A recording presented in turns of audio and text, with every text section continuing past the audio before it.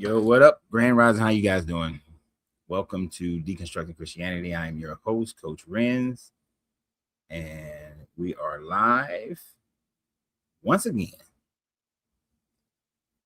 Got an air conditioning unit in here, so we good to go.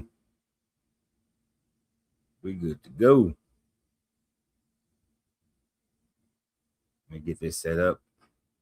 We're gonna have a conversation today. Hopefully, it'll be a great conversation. I'm going back to my old style of doing this until I have my setup meeting with my guy.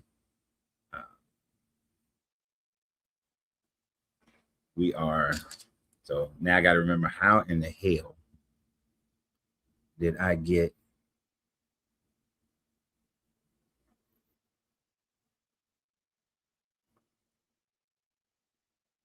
I don't know what that is.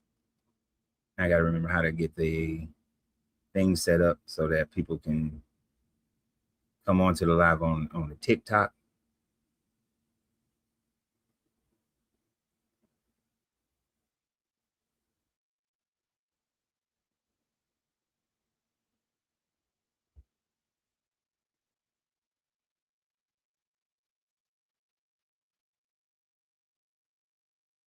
But we are going to, we're back.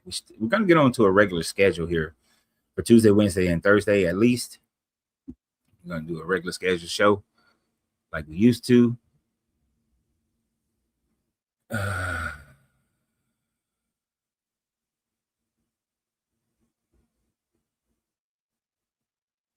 we are talking today about whether or not this any of the biblical history is true. Any of it. I say that only about 99% of biblical history is true. The rest of it is just stories that they copy from other people, legacy stories, things of that nature.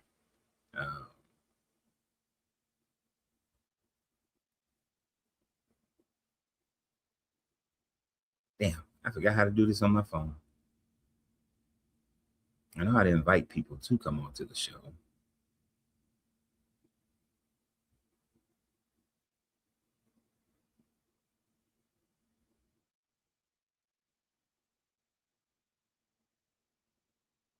We're going to try to make this happen. We're going to make this happen today.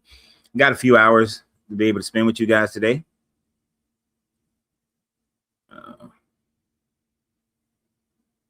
Oh, there we go. Got it.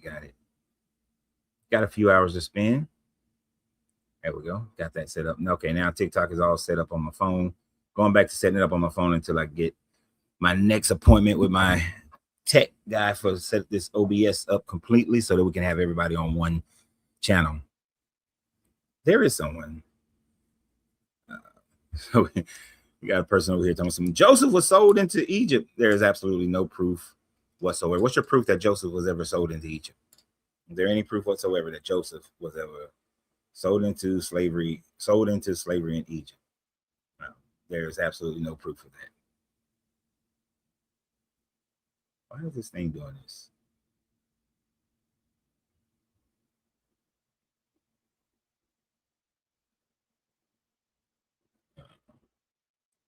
I don't know. Somebody did try to pop up. I don't know who you are, but we're going to throw you on here anyway, just to get the conversation started. Cheeky. Hey.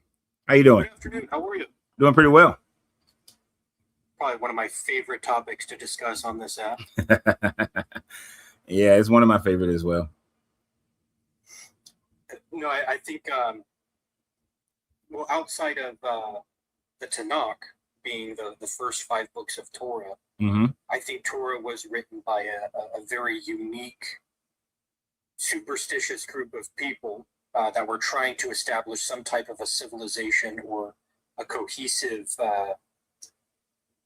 society for themselves based off of the knowledge that they had. But in relation to any of the story in the Tanakh as a whole being true, biblical literalism didn't come about until the 1900s. So, I mean, all of this was just kind of allegorical representations of superstitious people and their experiences. No, I agree with you 100% that, you know, they didn't understand how the storm works, and so they created their own gods and their own stories. And since these Israelites were people who were leaving the Canaanite society, separating themselves, they borrowed a lot of the storylines from the Canaanite people and their pantheon of gods and the stories of their gods. And, you know, previous stories that they had borrowed, the Canaanites had borrowed from the Sumerians, Akkadians, and other Mesopotamian groups. You know, we can look at the history of the documentation that we found from those groups to see that they had very similar stories that were written 1,000 years before there was ever an Israelite. And then people started believing that these things actually, and people believe that these things actually happened back in the day. And still today, some people still think that there was a flood and all these sorts of things. So I agree with you. Well, you know, what's funny is a while back ago, I found a volume out of the Talmud that was a argument between two rabbis about the Levitical laws regarding the consummation of children. Mm-hmm. I'm sure you're familiar with the nature of like ritualistic use of bitter waters and infidelity and so on and so forth. So one of the arguments that came up in this volume was they had believed that, now mind you, this was a 4th century writing, not necessarily the Levitical writings, but the argument was that both men and women both possess sperm. And depending on who has the orgasm first is what's going to determine the sexual orientation of the child that they give birth to. What? So if the man finishes first, it's going to be a girl. And if the woman finishes first, it's going to be a boy. What? That's wild. This was kind of like the influence of the Levitical laws that were written about, you know, stoning virgin girls who didn't bleed their first time. And, you know, the laws revolved around men divorcing their women, but women can't divorce men. Wow. Now, I do understand, you know, I understand the, you know, parts of the Bible and some of the writings that just subjugate women to, you know, roles of pretty much just cattle where they don't have any rights, which is one of the reasons why I don't understand how women still support this doctrine. But I have never heard depending upon who gets that orgasm first, you get a boy or a girl. That's crazy. Yeah, that's kind of how they had determined in their worldview. That's probably how, you know, baby boys and baby girls came about. And then the whole infidelity thing with the bitter waters, that if a woman ends up pregnant and is accused of infidelity, she's given, you know, bitter waters by the sons of Aaron, the Levites, right? Get that to magic. determine whether or not she was faithful or not, which is kind of dark. That's like, it's basically like ritualistic abortion. Exactly. And, you know, even though they run around talking about pro-life, just that example alone shows that the fetus was considered property, you know, not so much as it was considered a human life for them. And really hereditary, who's going to get because only the woman knows that that's her baby. The man has no idea. So it was like a system of controlling women to be able to control who gets to inherit whatever the father had created, financially, you know, land-wise, things of that nature. And it's just some terrible science that they would go to those types of extremes. And I wonder how many women actually had to go through that. You know, they try to say that, oh, it was something that they wrote, but they really didn't practice it. I don't necessarily agree with that whatsoever. If they wrote it, they practiced it, which is insane. But that's, I mean, what we didn't start getting into understanding viruses and bacteria and that sort of thing till like the late 1800s, I think, or something around there. Well, it might have been a little bit before that when people started washing their hands and all that in the late 1600s. But it just shows that this God, these laws, he doesn't understand how the world works. You know, which should be enough to demonstrate that people shouldn't be worshiping this God because it's based on the culture and the knowledge of science at their time frame. Oh, I lost him. But that's what it demonstrates to me. We did have another guy. He popped up, but he left. It'd been cool to have him on here since he was saying that all these stories are true.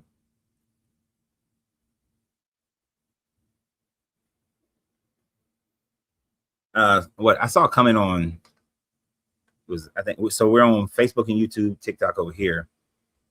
There was a comment that I saw that I thought was absurd. They're saying that you can find elements of the ocean floor at the highest points of every mountain across the world. At some point, the entire earth was a water world, just like the Bible scripture says. Well, see, if you're going to go by the Bible scripture and what it says, then the time frame that every part of the planet was underwater would have to be in or around 2600 BCE, which is when Noah's flood was supposed to have happened. But since we know that there were already mountain ranges around before then, and there are mountain ranges that don't have seashells or fossilized animal plant life on them, that demonstrates that it never happened. So we can find there are mountain ranges that don't have any sea life fossils on top of them, which shows that those mountains were never underwater at the time frame that sea life existed. And that's the big caveat. I'll give you, at some point the entire world was submerged underwater, but that was like billions of years ago. But there are mountain ranges that popped out before any sea life ever evolved, and so therefore, no, it does not prove the flood story at all, or the Bible at all. Let me see. Let's ask that question. Let me, because I don't like to just say there were mountains. Let's go take a gander over here.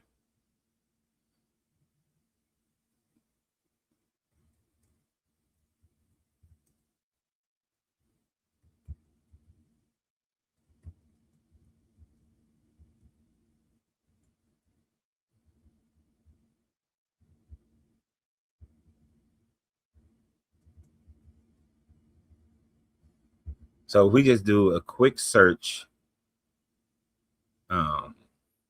of mountain ranges that do not have sea life on top of them, we get the Sahara Nevada mountain ranges, the Cascade Ranges, the Canadian Shield and accompanying ranges, the Andes Mountains in South America. None of those have sea life on them. So according to your thought process, you're wrong. There was never any sea life on top of those mountains. There's no fossilized sea life on top of the Andes Mountains. So those mountains were never submerged at any time frame where there was sea life, which would then invalidate your whole proof of that. So yeah, you're wrong. I like when they come up here and think they got something, but they're completely wrong. Cheeky, you left me. I don't know what happened, but I lost all audio. It was weird. Oh, okay. I think another live was bleeding through. You know, I've noticed TikTok been doing that. I can like go off TikTok and then I'm onto another app, but the TikTok app is still playing in the background.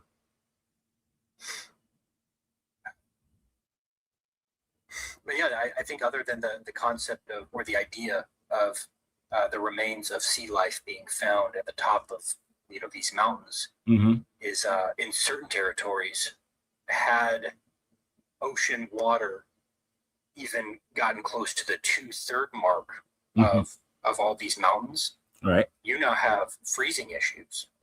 Yeah, like that water would have froze well before it even hit the top, and now you have cascades of water that's not receding.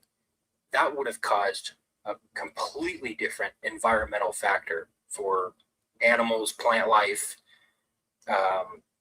You know, now you have trapped species of animals that could be found within these areas, or sea life itself would have never fossilized. It would have just been preserved within a thick sheet of ice. Exactly. Yep. And being up there for that long, even if something had warmed up and thawed off just a little bit, remaining ice that would have been in those territories would still be holding on to a poor little dolphin somewhere up in the Andes, the Cascades of these mountains. So no, you're absolutely the right. remains of a hammerhead shark up in the Mount Everest, the glades of the Mount Everest, and I'll believe you. Yeah, and those remains, like you said, would be encapsulated in ice, so it would still have the meat on it.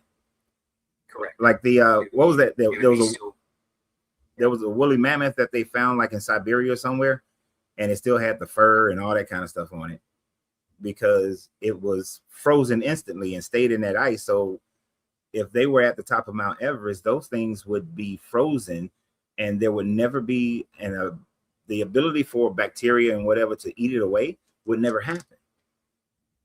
I think also the fact that we don't see a significant mixing of the oceans at certain cutoff points. So had there been fresh water mixed with salt water because of an excessive level, being raised, you now have saltwater fish being frozen in time and in territories where, only fresh water should be. We would see evidence of that as well. And we have none. We have absolutely none whatsoever. And that's why, they take a little scrap of information and try to plug that square peg into the round hole of their Bible. And it never works out. When you actually go 5 minutes into the information, it never works out. It always comes back wrong.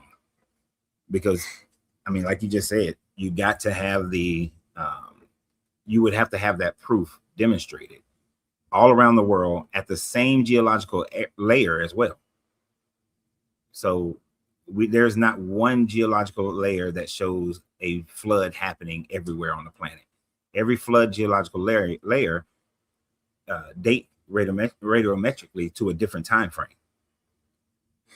Well, if what Constantine's mother, who is the main source of the claims that are found about the Exodus and the Levants and making their way through the drop-offs into the Reed Sea, there are certain maps biblically that depict these areas being coastal regions, that the only territory that actually separated Israel from Judea was Canaan, and Canaan was butted up right up against the ocean. So had there been, I don't know, let's say a hurricane or a significant rise in water, or one of these like El Nino 50-year waves that came in and washed the place out, have a bunch of malnourished, dehydrated, superstitious desert dwellers that are experiencing their first storm. And because of how destructive it was to their coastal areas, they're thinking that this is a global matter. Right. And if that was the case, then the Chinese during the Ming Dynasty would have never have been writing during this period of time, putting out their own stories, and none of which consisted of a flood or any raising of water. Right. Any flood that they did mention was just a flood of the Yellow River. Like they try to say that, the Chinese documented floods. They documented river floods. They never documented a flood that covered the entire landscape, even for them. And so they never even had a flood that they thought, the whole world was flooded. It's just, the Yellow River floods. And it does it, seasonally. And then every now and then it's a bigger flood than normal. Right. The Egyptians had the same thing with the Nile River.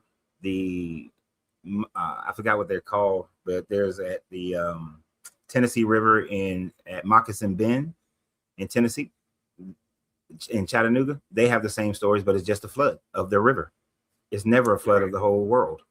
Did you ever get the chance to read any of like the origin stories of like the Bhagavad Gita or the Epic of Gilgamesh?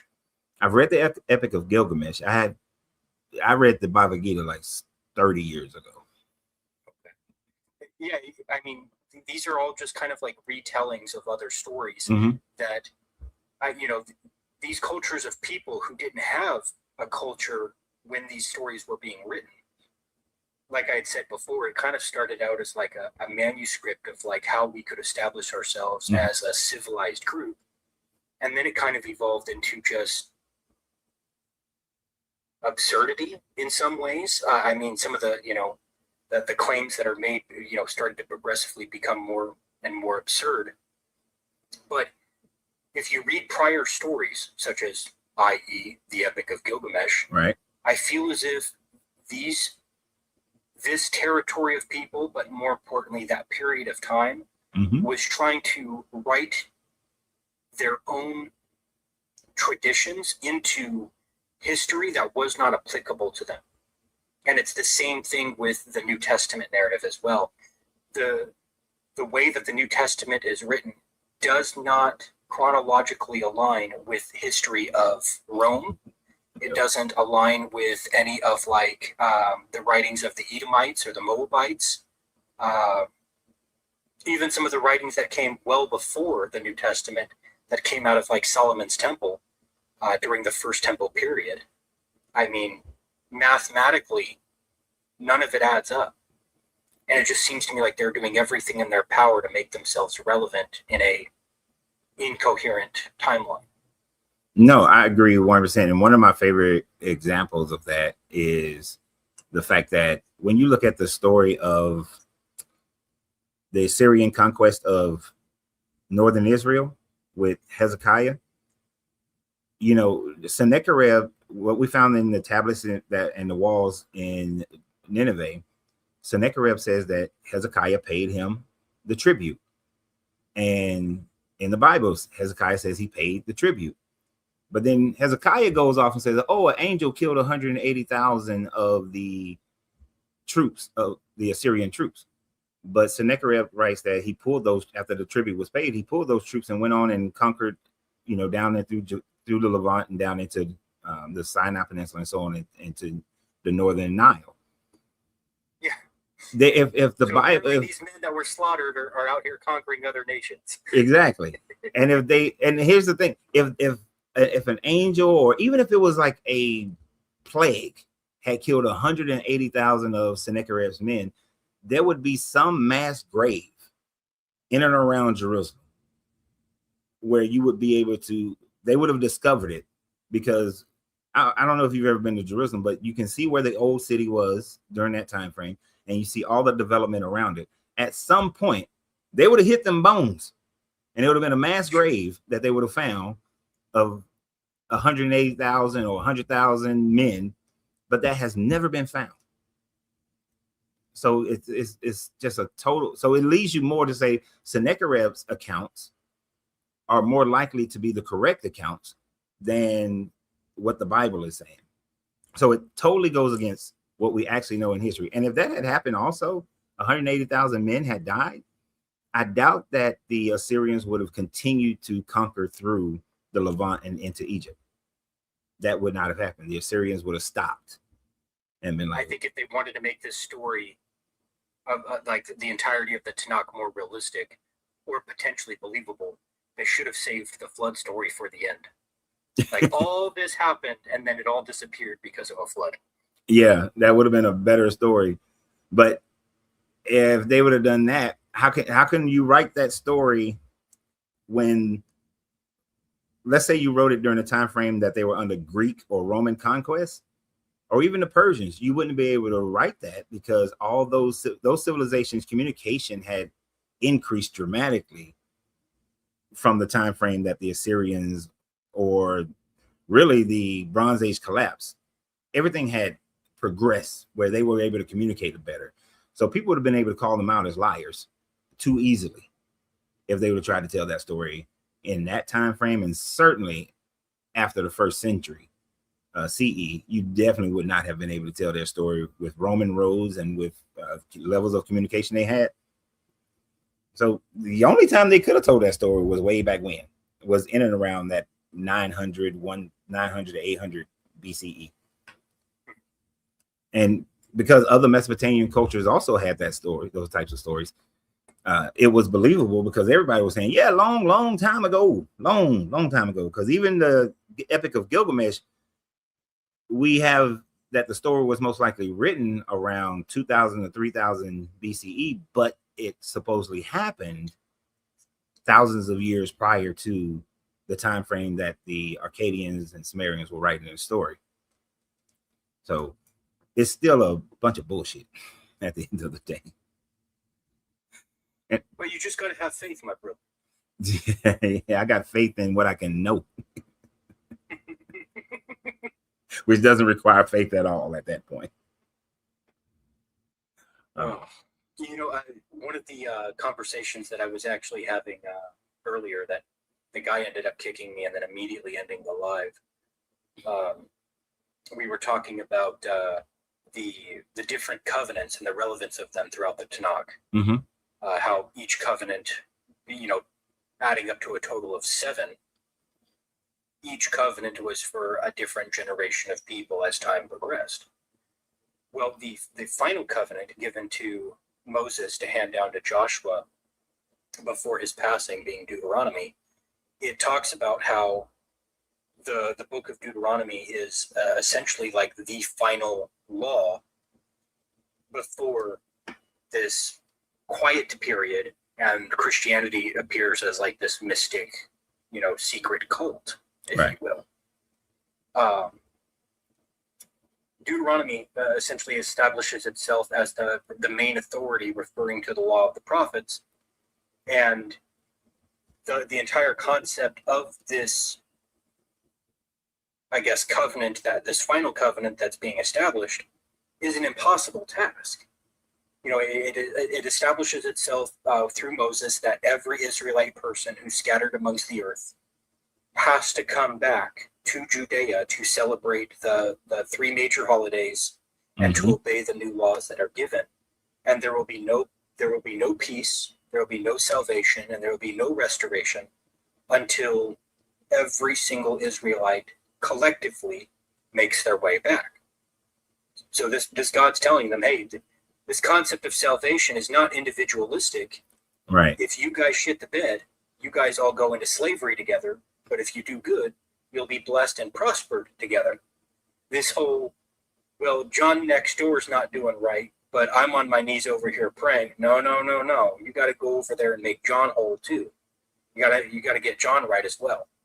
And I think that's why a lot of these laws were so archaic and violent and kind of irrational, is because they collectively believed in suffering servitude, being the suffering servants. So I had asked him, I was like, you know, as a Muslim who converted from Christianity, why would you want to be grafted in as an outsider into a belief system that is designed to be an impossible task for the people that this was meant for?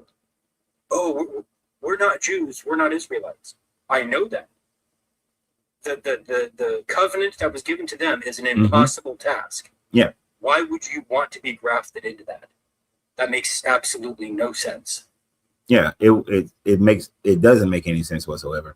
And I can see how the writers at the time frame thought that, oh, it's possible because we're all kind of grouped here together.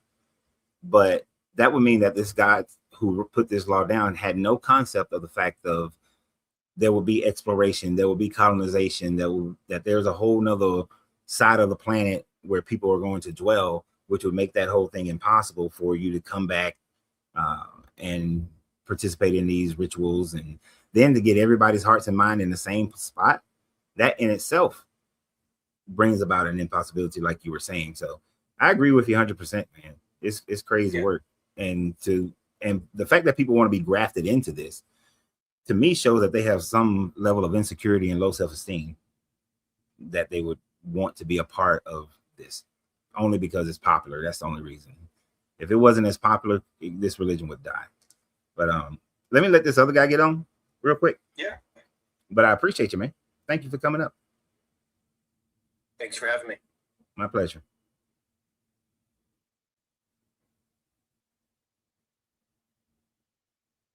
Let's see if I can remember how to do this. There we go. All right. We're gonna Mac time. Mac time. Can you hear me how I sound? Got you. Sound fine. All right. Well, I just realized that after I called in that you got topics on the board. What I want to ask you doesn't have anything to do with them topics. No, and number one, I've talked to you before, and you matter of fact, you may remember I was asking you about my mother and the Jews. I mean, them Christian Jews, calling themselves rabbis. That must have been a You while know, ago. Right now, it's not clicking, but yeah, it it's might been a click. minute. Yeah. Yes, sir. It's been a minute, Coach. You be dropping out my algorithm, and then I don't. If I don't see it, and I don't remember to find you. Right. No, But I I found you know. today. Appreciate you. I'm glad you did. I found you today. Can I ask you my question, or would you Sure. rather? No, go ahead. Okay. My question is, I'm starting to think of religion as like human domestication. It's like if you look at it, it arose around the same time we was domesticating all the animals, the dogs and sheep and whatnot. Christianity and all that stuff come from sheep herders. You know what I'm saying? I regard like especially the Abrahamic religions. I think that's a form of animal husbandry. Because I mean, they preach against the first sin was knowledge. Then they preach against you having your own understanding. And to me, if you take knowledge and understanding from a man, see, that's our natural advantage. If you take that from a man, we like a lion without teeth. And I just want to know your thoughts on that. Well, I agree with you that religion is something that has developed into something to control people with, to pacify people. I'm gonna say it started before man became agrarian, because even when as hunter-gatherers and moving with the animals, migratory people, there were still beliefs. They still had beliefs in stars and the heavenly bodies that they looked at and say that, oh, that must be a god, and the mountain must have a god in it, and so on and so forth. But definitely once man started settling into one location, we can see that with Turan Tepe and Gobekli Tepe, especially with Gobekli Tepe, which seems to be like they still got a lot of stuff to do there. But it would seem right now in one of the last reports that I saw that it was a stable civilization. Hunters did still go out and hunt, but they came back to that spot. And the fact that the stone pillars depict these constellations kind of shows it to be some type of worship center was going on with them, which most likely, so you had religion being started, but then as people start grouping together, the religion starts taking over, and they become the people become subservient to it because it becomes a way to control the people. And we still see that going on today with how religion is definitely more control of people than anything else. Sometimes politics supersede it, but most of the time, religion is the dominant force. So I agree with you. Okay, well, what I would say is it's more nuanced than just domination and control, because I see it as like organically happening. Like what you said, they started with beliefs, but religion was invented when they figured out the same shit they was doing to them dogs and sheep, they could do it to other people. And then that's when the religion was invented. You could like I can even much envision like way back in prehistoric times somebody kidnapping kids from another tribe and raising them up to do all the work for them and telling them that we are gods and we angels and all this other stuff. You should worship us and we get 10% of your income and all this. I could just see so many ways that how it can happen from the belief started, and then once they realize that you can train a person like you train a dog, then you got your religion now. Because think about it, if you kick a puppy, you buy you a puppy and you know it knows you as master. You kick it, it'll always come back to you. But let you kick a wolf. You kick a wolf, if you survive, you will never see that wolf ever again. No, I understand. Domesticated. I understand the nuance that you're talking about, and that's what I'm saying. That it does, to use your words, domesticate people into just being sheep. And as long as you don't slaughter too many of them too quickly, and as long as you feed them some what they think is the best grass, they're gonna stay there, and they will do whatever you want them to do. And people in power, like that first chief who becomes the first king, those people, they understood that, and they utilized that to maintain what they thought was just maintaining order amongst the people and pleasing some god, or even elevating themselves up to be the sons of the gods, and then being gods themselves, so that the people will worship them and fear them at all times, and they'll be able to maintain that power. Yes, sir. And then if you think about the cost benefit of it, it's cheap. You train the people to domesticate and enslave themselves, and the emperor can have his hegemony. Oh, definitely. Well, hegemony. Yeah, I said it wrong. I know what you meant, but yeah, definitely. Because now I can pass this power down to my kids, because man has always tried to maintain control of inheritances, just like me and the other gentleman was talking about as far as with women. But when it comes to religion as a societal control, they have wanted to pass that down to their sons most of the time, daughter if they have to. But yeah, they want to maintain that power and keep their families in power for as long as they possibly can. And religion is a great way to produce that. Yeah. Yes, sir. And I guess that is the original people when they talk about old money. That's the real old money right there. And then you think about the people that's writing them Bibles and stuff that's making all that money too. They children don't have to work, because we poor people keep them up. And it like I saw this when I was growing up. Now I was born in 1971 in Marietta, Georgia. So Atlanta is all Dr. King, right? Yes, sir. And simply because what he did, now first it came from his father, Senior, as being the head of the church, and then he gets to step right in. He just passed that power right down to him. But in my upbringing, I'm watching his kids, they ain't done shit, but they automatically got this power, this celebrityism, this celebrity stuff going on. They automatically get these opportunities and people take care of them simply because they're carrying on the name. They're standing on the name of what somebody has set up before. And people just automatically assume that they must be great people without knowing anything about them jokers. And that always bothered me as a kid growing up. Like, why are we so excited about his kids? They ain't done shit. Right? But that's how but because they are involved in a religion that their father and grandfather stood proud on and continued the sheep herding, they all of a sudden just got sheep without having to do a damn thing. Yes, sir. That's why I'm sorry, go ahead. I'm sorry. No, I was just saying that was it. That was just at a small micro level, not even looking at that from a larger macro, where we see how governments and people in higher positions do it.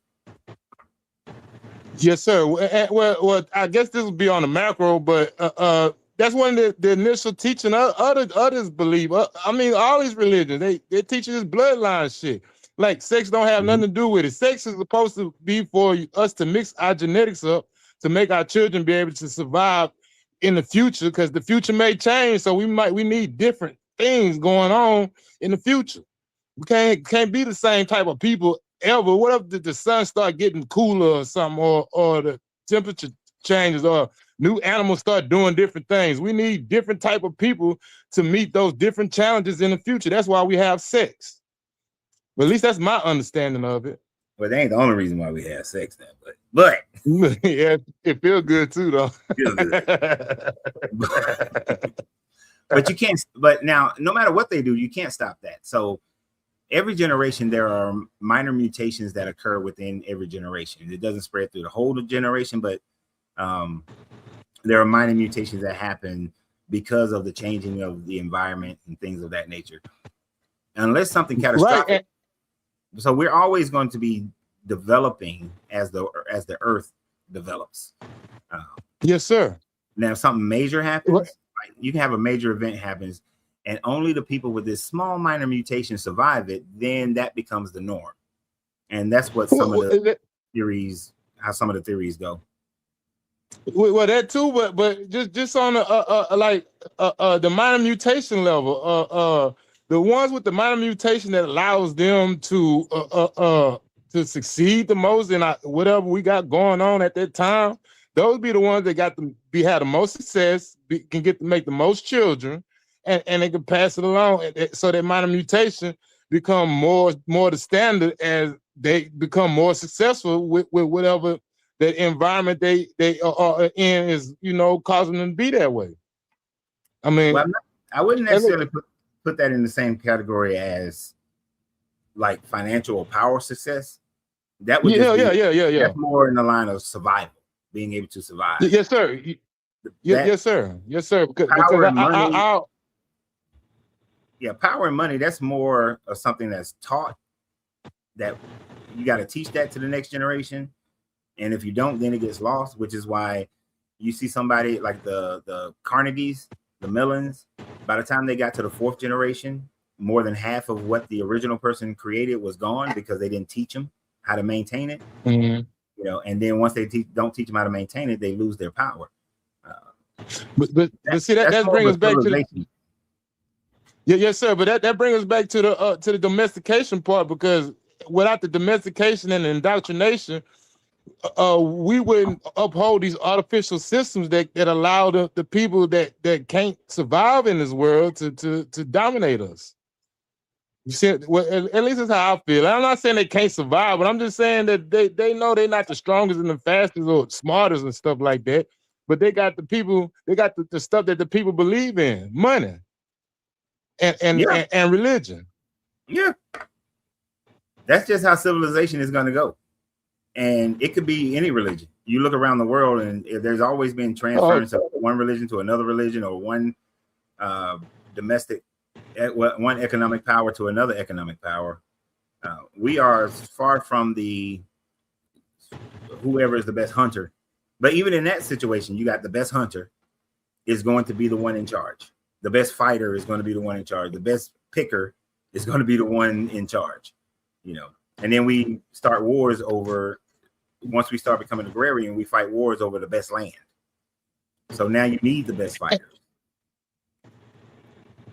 And I'm not really advocating for anarchy or living in the bush or anything. I like living in civilization and having a society. I just like speaking to the nature of the beast, knowing what we're dealing with, knowing what we're living in. We're being domesticated. I mean, you can even think like normal schooling and just learning math and stuff. That's like, can be like a thought of like a form of domestication, or am I going too far? No, it is. The American school system was developed in order to bring people into the factories that the industrialists were developing. So they needed people to have a certain level of education so that they can make sure they keep making money. I mean, so therefore I'm sorry, go ahead. No, go ahead. No, I'm going to say, so therefore, we should know what we indoctrinating and domesticating ourselves into, and make sure that we, like do it with agreement, and we mold our societies and our culture so that we can live peacefully together and stuff. At least that's my thoughts. Yeah, that's nice. Ain't gonna happen, but that's nice. Want the dream. I want that Star Trek future, Coach. I like Star Trek. It has the best vision for the future I've ever seen from the Bible to the Matrix. I've never seen another vision of the future better than Orville. Orville with what's his name? The dude make Family Guy. Orville and Star Trek. They got the best vision of the future I've ever seen. I haven't watched Orville yet. I do plan on it. I don't think I have the streaming service to work. Actually, now I do. I just thought about it. There is a way that I can watch Orville. But check it out.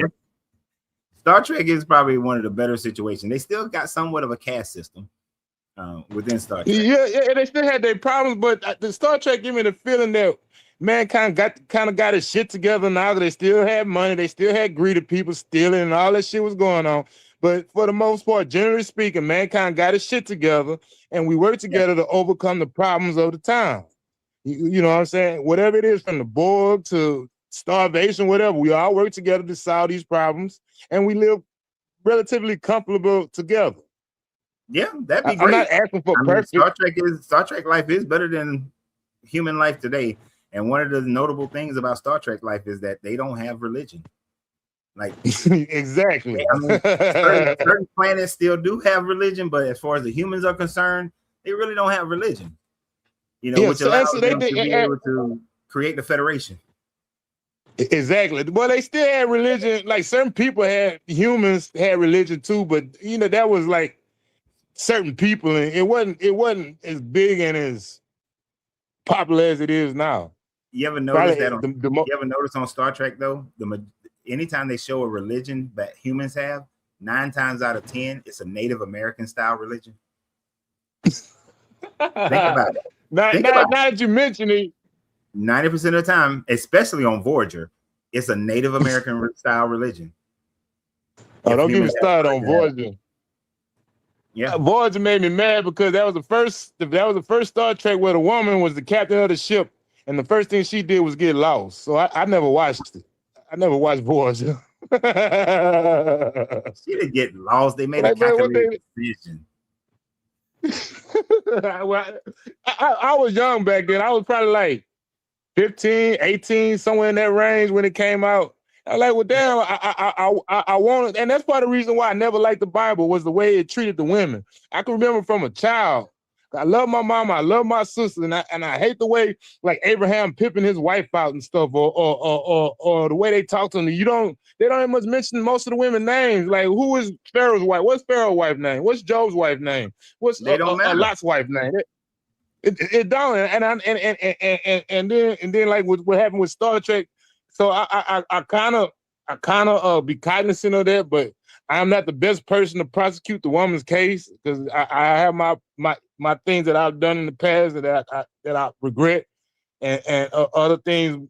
But I try to be, you know, sensitive to the woman's cause and help where I can. But in the end, I can't get more madder than them about the way stuff is going. No, I'm with you. I mean, we can only advocate for them so much because we're not them.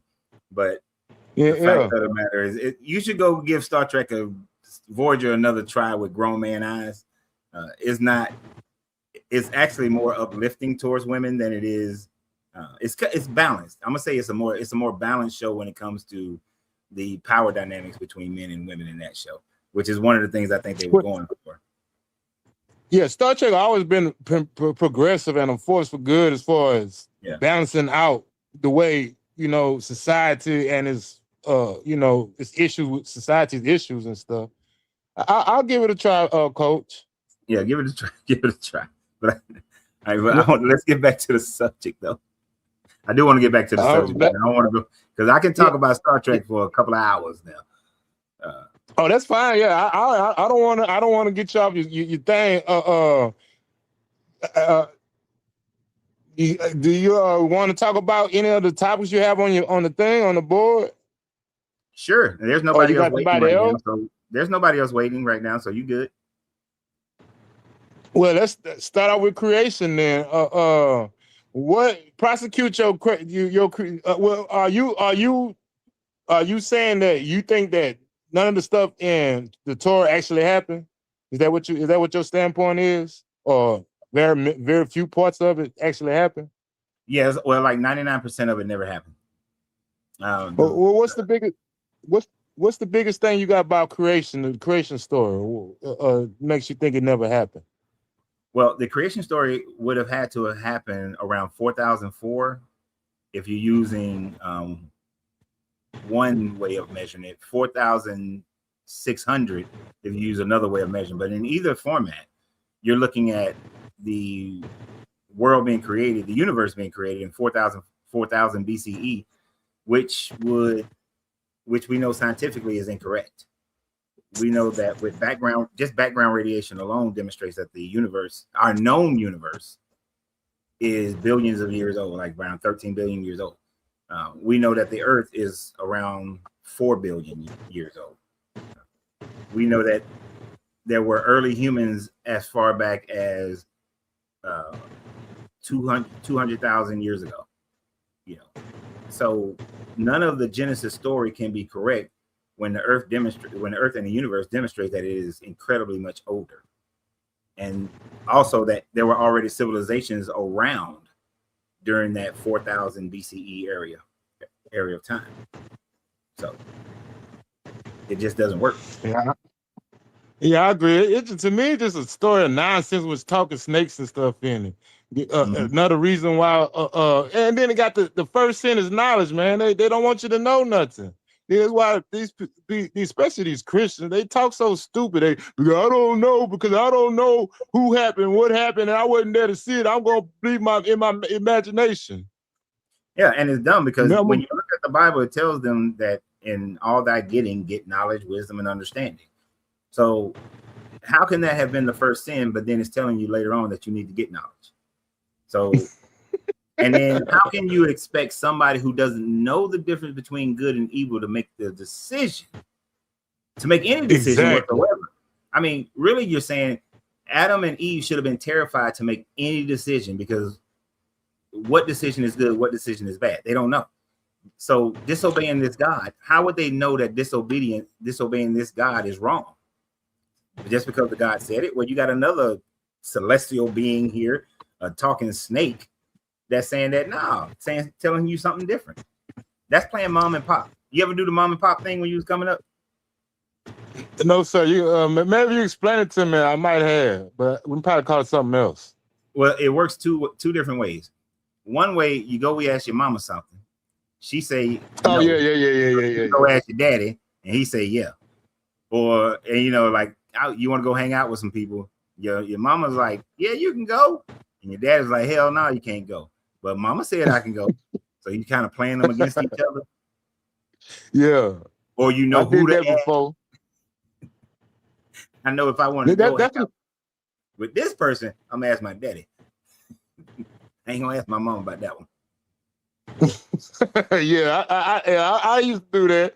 I never had a name for it though. I just did it. So you got God saying don't eat from this tree. And then you got the serpent saying, "Hey, I know he said it, but he just said it. This is the reason why he said it. And it actually, you're not gonna die." Which was the truth. They didn't die. Mm-hmm. So it's like, how would someone who don't know what lying is know if someone is lying? Exactly. But not just that though, Coach. That's why I regard Eve, back to the women, why I regard Eve as if she was a real person, she is one of the great thinkers. She should be in line with Newton and Einstein, because what she did was get us the knowledge of good and evil. She got us knowledge of good and evil.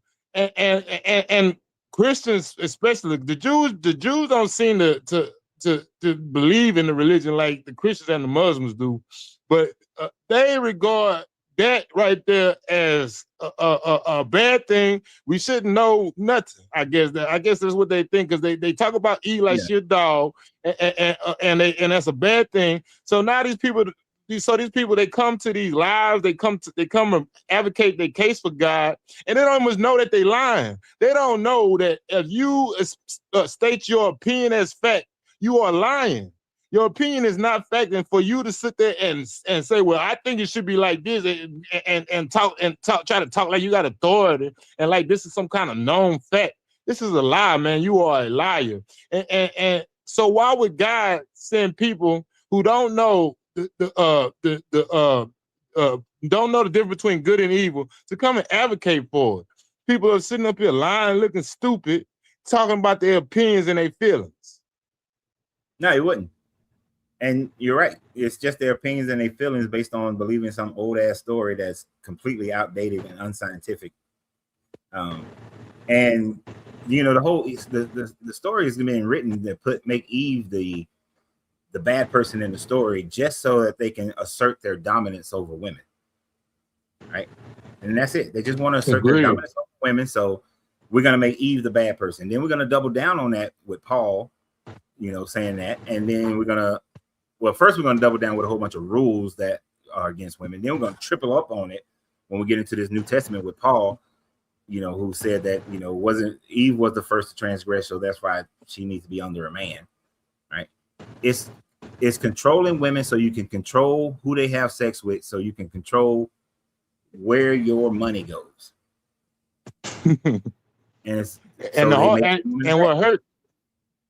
And what hurt is trying to tell us to a woman who actually believed this shit. Because it's like you trying to help her do better and be better and avoid being manipulated, but she wants to be manipulated. It hurts and it's hard. Makes. I mean, Well, I remember one time sir. They've been indoctrinated into the belief of heaven and hell, so they'll forego everything. Both men and women will forego everything so that they can get into Yeah, heaven. yeah. But I love women. I give a damn about them. Yeah, it just that's why I mean I'm sitting there trying to help the woman I love. I got up one time. I got up in the morning and washed dishes, and she told me men not supposed to be doing that. We got no argument over that type of stuff, and this is what hurts. I can care less if a man get manipulated. Should be strong. Stop being weak. I'm with you, but I'm not with you on that one. Because if my wife touched that trash what can, I do wrong, Coach? If my wife touched that trash can, we're gonna have some problems. Your hands don't touch the trash can. You don't pull the bag out. You don't put the new bag in. You don't take the trash out. Don't touch that. I got mad at her the other day because I ain't get mad at her, but I had to fuss at her a little bit because her and my daughter called themselves taking the big case of water, carrying that. And I told them I carried it. It didn't matter that I was having back pains. I carry that water no matter what. No pain. I guess when you love somebody, when you love somebody, you want to help carry the load. You know, put it all on. I was off work. I didn't mind. She was sick and tired. No, I know what you're talking Somebody about. I wash the dishes. I understand. You know, yes. We don't wash dishes. I put that dishwasher on the other day, so I understand what you're saying. I got you. Dishwashers don't. Our dishwasher never clean the dishes anyways, and it just run the electric bill. You get dirty dishes and a high electric bill, so turn that motherfucker. You need a new dishwasher, then. Yes, sir. Need a whole lot of new stuff around here. Let me let this other dude get somebody else want to come up now. So. All right, fine. Great talking with you, Coach. Appreciate you, man.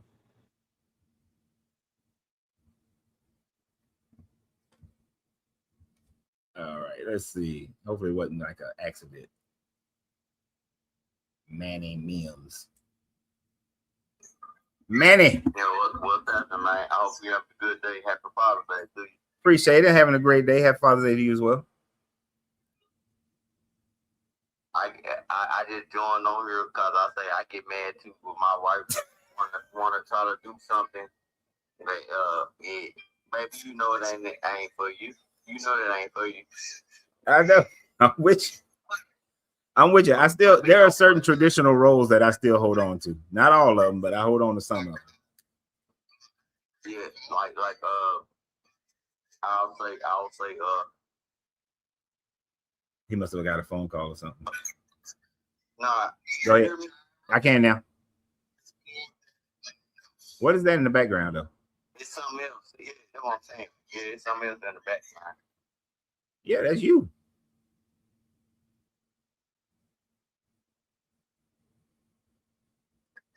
Oh no, what the hell did it do? What the hell did it do? Somebody, were you listening to another podcast? Because what might be going on, I know TikTok, you could be listening to a podcast, go to another one, but it'll still play the old one.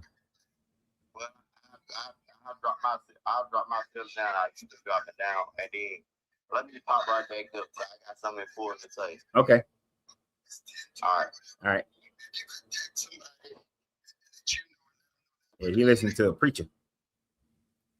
Before I bring the other person up, I'm gonna let him come back up. So if you can hold on before the world was.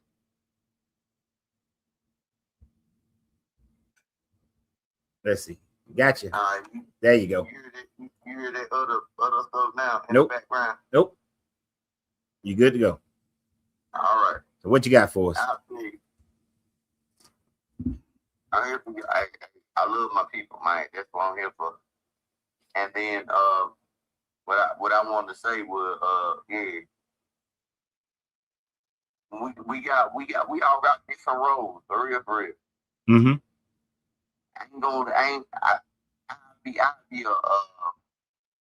I'll be a weak ass man, if I wake up one morning and my wife out there cutting the grass or something like that. No, I understand. I don't. No, I understand because I mean I got a hard-headed wife. She likes doing projects and stuff. Yeah, they be hurting each other. They be hurting them. They be hurting themselves. I'm like, baby, no, you ain't gotta do this. I would join you in that one only because my wife clumsy. So I'm like, Yeah, I know you like doing projects, but I'm gonna need you to sit down for a minute. yeah, sit down, like do your project like with some glue or something like that. Now she be want to build structures. Don't do all the outside shit. Like, that's what you got me for. She want to build structures and all that kind of stuff. I'm like, lady, I don't trust you with a nail gun. Gonna be a nail through your hand. You keep messing around. She might shoot herself. Now I'm not saying all women are that way. My wife she accident prone sometimes. But I get what you're saying though. There are certain things. My wife say that same shit. I'm accident prone. Okay, then chill out, then. Yeah, there are certain things because I don't like cutting grass. So either I'm gonna pay somebody to do it, or I'm gonna put some false grass down or put some rocks down and have no grass. But if I had to have some grass, I get out there and cut it. Because the only reason why I like cutting grass because I had to do this shit for my own mama all my life. Where you? And I kind of enjoyed it. I knew it was a little chore or whatever. I'm with you. I kind of enjoyed it. Yeah, some people like that stuff. But being from Atlanta where it get hot and swamp ass, I don't like being out there. It's too hot. Bugs and shit all over the place. Then you get itchy. No. Bro, I'm from Mississippi, bro. Oh, hell no. He said hell no. It's too damn hot. He said hell no. Nah, that's too hot for me. Just out of rage, man. All that damn humidity and stuff. Nah, I can't do it. It gets sweaty, stinky, funky, whatever. Yeah, I stopped doing lives because I moved everything to my garage. It was too damn hot in here, so I was like, okay, I gotta find me an air conditioning unit I can put in my garage. I don't do hot. I pay in Iowa now. I've been married for my last 9 years of my life. The hell? Ain't no black people in Iowa. My wife from Iowa. She black. Yeah, she's from Iowa. You sure? I met her when she was doing her little thing in Mississippi. She got some family in Mississippi and everything. Okay. And I met her.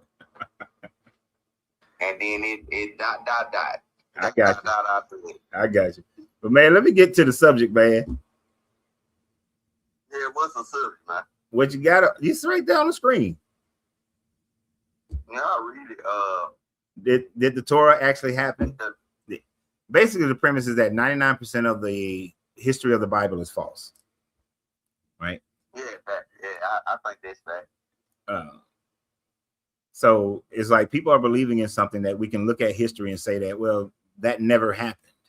So if Joseph never was sold into slavery in Egypt, and then the Jewish people came to Egypt, and then they became slaves after 200 some odd years. Is that the story? Is that the story where I'm talking about? What Joseph and the coat of many colors? Yeah, that part. Yeah, that's the beginning part of that story, and then you go all the way through the Moses part and the Exodus and all that. But none of those things ever happened. Like there's no history to support it, and actual history goes against it. Like they never conquested the Levant because during that time frame that Joshua would have been conquesting the Levant, it was being ruled by Egypt. You believe in God? No. Well, a certain type of God. Nope. You don't believe in nothing? No, I have to know stuff. I don't do belief at all. I might have hope for things, but I don't do belief. You believe in oxygen? Yeah, I know oxygen exists. How? Well, we can measure it, and we can measure it. We can test it. You can't measure oxygen. Yes, you can. Yeah. Oh, I ain't know that. You've never, okay, so perfect example. When I say air. You can measure air. Yeah, you can measure the contents of the air. So like if you ever go scuba diving, they know how much oxygen, nitrogen to put in there. Who told us that? No, you can measure it, dude. I saw the measurement of oxygen that was being applied when my child was my first 2 children were preemies. And so I got 2 preemies too. If you look at the equipment, it's measuring how much oxygen is inside the little incubator. I don't know how they do it today. My children are 30. My oldest is 30. So, but the machine that was the incubator in Germany, you can see how much oxygen in there. Do you believe in miracles? No. Miracles to me are just causations that we can't explain. Like you don't know why something happens, but it happens. But most like God, can be. Right? No. Just like God, right? No. So a person is in an accident, car gets all crumbled up, and the person walks away unharmed, right? Yeah. People say that's a miracle. Like that. People say that's a miracle. But if you actually if you can measure the speed, the points of impact, the density of the metal and whatever they hit, 90% you can 90% of the people that what I went through or what I did or whatever, 90% of the people agree if they didn't make it out, it was some type of something that happened. No, it was just physics. Physics happened. Yeah, physically, I would have been not talking to you. No, not physically. Physics happened. Depending upon the angle of the impact and what's the base word of physics? Physics? I don't know what the root word of physics is. I understand what you're saying too, dude. I understand what you're saying. Okay. They got different things where we coming into it. It's just different things. That's it. Well, no, because see, you're putting I like that cowboy hat too. Appreciate it. I like yours, but you're putting a consciousness. Man, my wife bought she bought me some snake skin, python snake skin boot. Man, it turned my whole day up, man. I'm with you, but quit changing the subject. You ain't got to show nothing. Oh, what you say? Quit changing the subject. Well, The difference between what we're talking about is you're adding a consciousness to physical properties that occurred during the time frame that someone is in a car wreck. There's no consciousness involved when someone is in a physical car wreck. Right. It's just physics. All right. So 2 people can have an accident, but neither of those accidents are going to be exactly the same because all the variables that are involved in the accident are going to be different. Right. Even 2 people driving the same car or in the same car, you still got different variables between the driver and the passenger. So there's no consciousness involved. It's just physics that are involved. That's right. So I don't need a God. There is no miracle for that. And if I can't explain the physics, it just means that I don't understand those physics. Well, some shit you shouldn't understand. Why? Why not? Because, man, understand that the wisest people be the most foolish. They forget about the common sense that they were born with, and they go on the foolishness or on the what they learn or whatever, and they forget about what's actually happening in their real life. Give me an example, because I don't understand what you mean by that. I must not understand because I'm thinking totally opposite of that. Yes, you do. No, I honestly don't. What do you mean by? Because a wise person knows that there's more things that they don't know than things that they do know. Now, egotistical person, a narcissistic person, they will think that they know all things and therefore nothing else matters, and they can do whatever they want and be however they want. So that's why I was asking for all this shit matter. Everything matter. It does matter. It's called matter. I wasn't using matter in the term frame in the term of physical matter. I was talking about purpose, reason. Things matter. Like, and a wise person knows that they don't know everything. And you said a wise person is a fool. Did you find that out? Did you find that out? Did you find your purpose and your reason? Yeah. Did you find it? I've always had it, and it changes. What's your purpose right now? Our purpose don't change. Oh, yes, it does. If your purpose don't change, then you're indoctrinated into, that's an indoctrination. Like, my purpose in life. Indoctrinated into what? My purpose right now is taking care of my wife, taking care of my daughter, who is living with us right now. And that ain't your purpose. That's your responsibility. No, it's my purpose because I decided that that's my purpose. My purpose is also taking care of my health, to the extent that I want to do it. Man, you ever heard this saying? If you tell God your plan, He will laugh at you. I've heard it. I don't believe it. It don't make any damn sense to me. It's dumb because you decide what your purpose is with every decision that you make. And then if you decide that there is a certain aspiration that you want to have in your life, then you are the one deciding. If you decide that you want to help people in a certain way, like 2 of my children, they want to, for some reason, they love homeless people. And so they want to help the homeless people. For them, they decided that. And all of that decision came about because when I was living downtown and we used to walk the city a lot, they saw homeless people and their heart went out to them. Where you from, bro? Atlanta. I'm from Mississippi. Mm-hmm. And my first, when I moved to the Midwest, I helped a lot of homeless people. Okay. What that got to do with what I was saying? I was just inclined to do right by people. But my point is, a person decides what their purpose is in life. There's no God that decides your purpose. No, they don't, bro. No, they don't. No, they don't. They gotta find their purpose. You know what?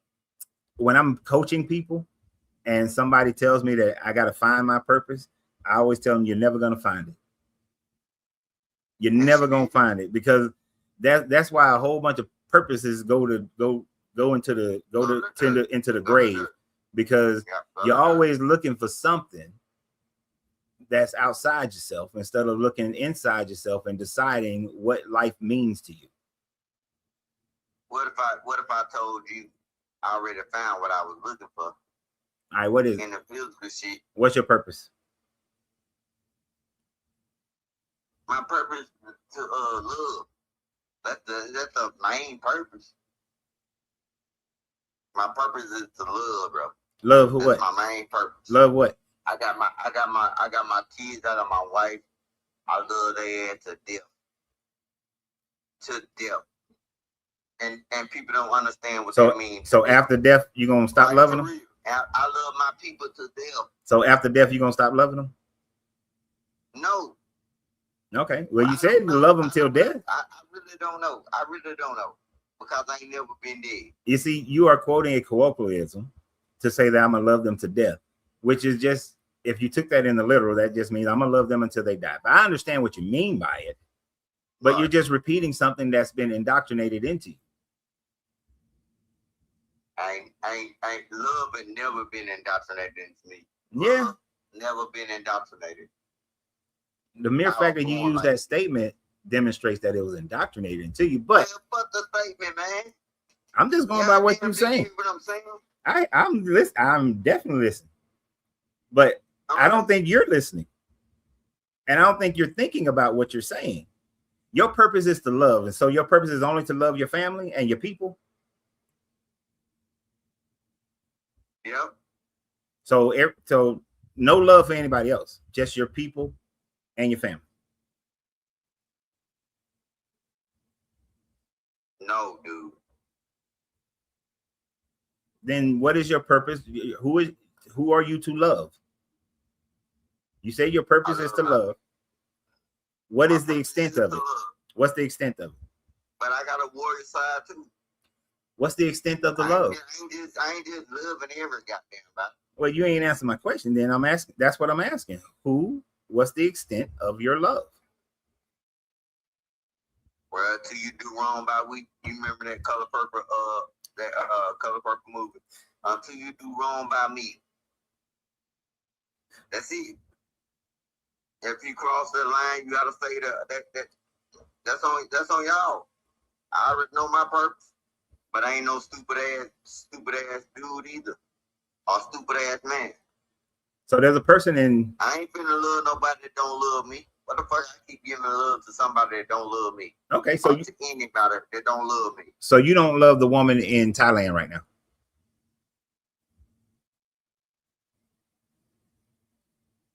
I love my woman in my land.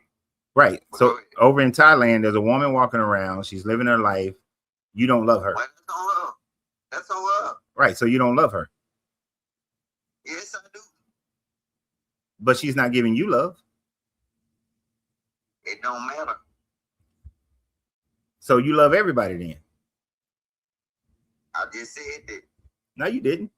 You said you love people who show you love back. Yeah. That person's not showing you love back. That person in Thailand, and she don't show none of us no love. I don't love her either. It is what it is. If you don't like me, I don't like you. If you don't fuck with me, she don't know you. That is what it is. She don't know you. I already gave my grace shit over with. I already did my grace shit. I didn't help multiple races, multiple people. But she don't know you. How can she love you if she don't know you? I'm 10% of my grace. I'm just 10% of. Okay. I already did that. Oh. I didn't show love my whole damn life. Are you smoking some weed or something right now? No, I'm talking to you. I ain't smoking no goddamn weed. I don't think you're understanding the things that you're saying, though. I think I am. No, I gave you an example of a woman in Thailand who does not know you. You said that you love her, but then you say that if a person doesn't show you love, that you don't love them. So I said you love everybody. I mean, which one is it? Do they have to show you love in order for you to love them, or you just love people, period? Regardless of who they are, where they are. I love people, period. Okay. So but I hate people that don't fuck with me. If I don't fuck with me, if y'all don't fuck with me, I don't fuck with you. That's it. I love people, period. That's the purifying thing about especially about us black folks. We love people unintentionally. If you cross the line, you gotta stay there. Now I'm not gonna put that on black folks. I ain't gonna put that on black. We need to that idea that black people just love people, even love everybody. You don't think I love you for real? No, you don't know me. I don't even know you like that. You might care. You might care about my well-being. No, I said love. You might care about. You don't love me. You don't know me. Why? Because you don't know me. You don't know me. We don't have. In order to love something. All right.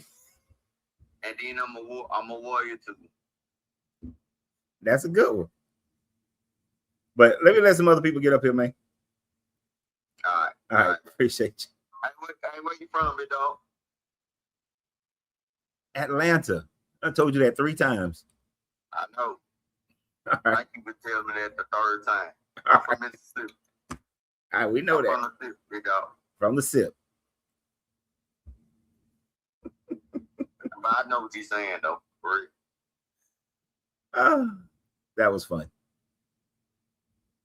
Oh, trying to get this TikTok. I know before Worldview, I don't know the order of everybody else.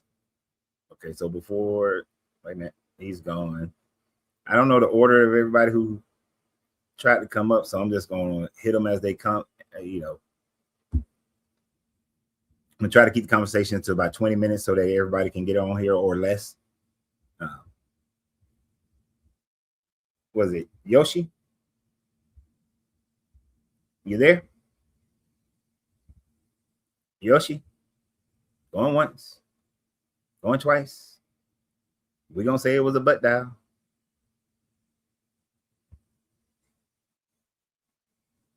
Didn't say anything. On to the next person. Gonna go to, was it Datsima? Datsima? Am I saying that right? Yeah, Datsima. Okay. How you doing? Good to you.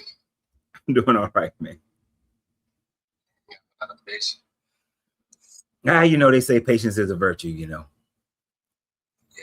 Yeah, like I was saying in the comment, I have a quick question, man.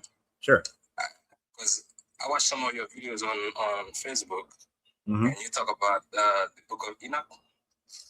You talk about it a lot, and I start reading it. And while I'm reading it, I don't see anywhere in there it said God, Jesus. Can you give me like a short explanation of that, if it's possible? Where the Book of Enoch mentions Jesus? I'm like halfway. Yeah, the Book of Enoch is never going to Jesus. mention Jesus. Oh God. It's more like the righteous one. And I forgot the other term they use. I'm sorry, I didn't understand. Say that one more time. Sorry, what did take accent? It's a the righteous one, or I forgot the other term he used in it, but it's never say God, the most high, I think. It never say God or Jesus. No, it's never going to say God, or it's never going to say Jesus. The Watchers are supposed to be angelic beings that had came down to earth, and they were supposed to watch over man, and then they started having sex with women, you know, the whole fallen angel kind of thing. And then the El Elyon, the Most High, that is the Canaanite deity El, that had, but by the time frame Enoch was being written, El and Yahweh had been merged together. So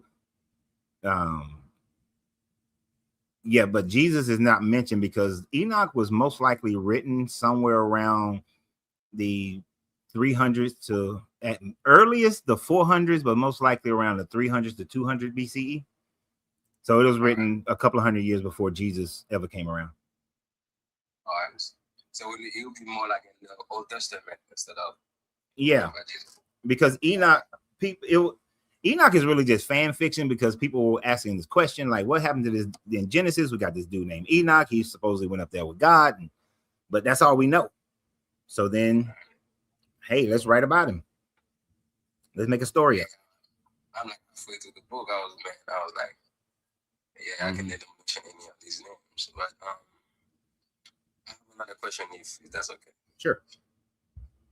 So when we say God, is that a title or a name?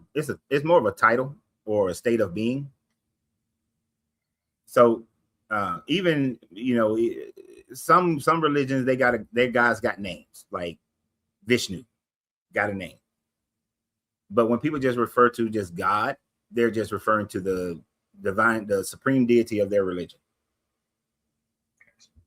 No, what you're saying it is depending on what religion they're under. Yeah, but like Islam will say Allah, which just means submission to God, something like that. But it doesn't. Their God really doesn't have a name. They just use a certain term. Even El is not a name. El was a name when it was a Canaanite deity. But when people just say God now, they just mean there's whoever their supreme deity that they worship. Can I ask another question? Is that okay? Go ahead. Okay. Like me, I'm with the Bible in Creole, but I know where it says God of Israel, I think God of Abraham, and another way is mentioned. Mm-hmm. So is it like, can we say that in the Bible there's more than one God? Oh, most certainly. So the people in ancient times, in those time frames, were what's called henotheistic. And what that means is that you worship your God, but you accept that other people's gods exist as well. So when they say the God of Abraham, Isaac, and Jacob, they're talking about the God that those guys worship out of the Canaanite pantheon. But the other gods of the Canaanite pantheon and the Moabites and everybody else, those gods still exist as well. But we only worship this God. So they were polytheistic in their thought, but henotheistic in their belief. Yeah, but let me someone else have a chance because I still have a bunch of questions, but let me have someone else have a chance. All right. I appreciate you. Thank you for having me. No problem. My pleasure.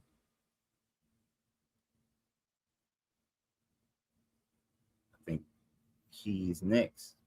Black man. Black man is God. I think I read that right. Yeah, that's right. Yeah, what do you think about the Black Hebrew Israelites? Honestly, I think that initially it was a movement to try to uplift Black men and Black people after, post-slavery, especially in the United States. But as with many things like that, it evolves into its own religion based on what was popular at the time frame, which the Abrahamic religions were popular at that time frame, and they found little cutouts within the story that they could connect to the suffering that people were going through in the mid to late 1800s and then into the 1900s. But now in today's world, it's become more of a,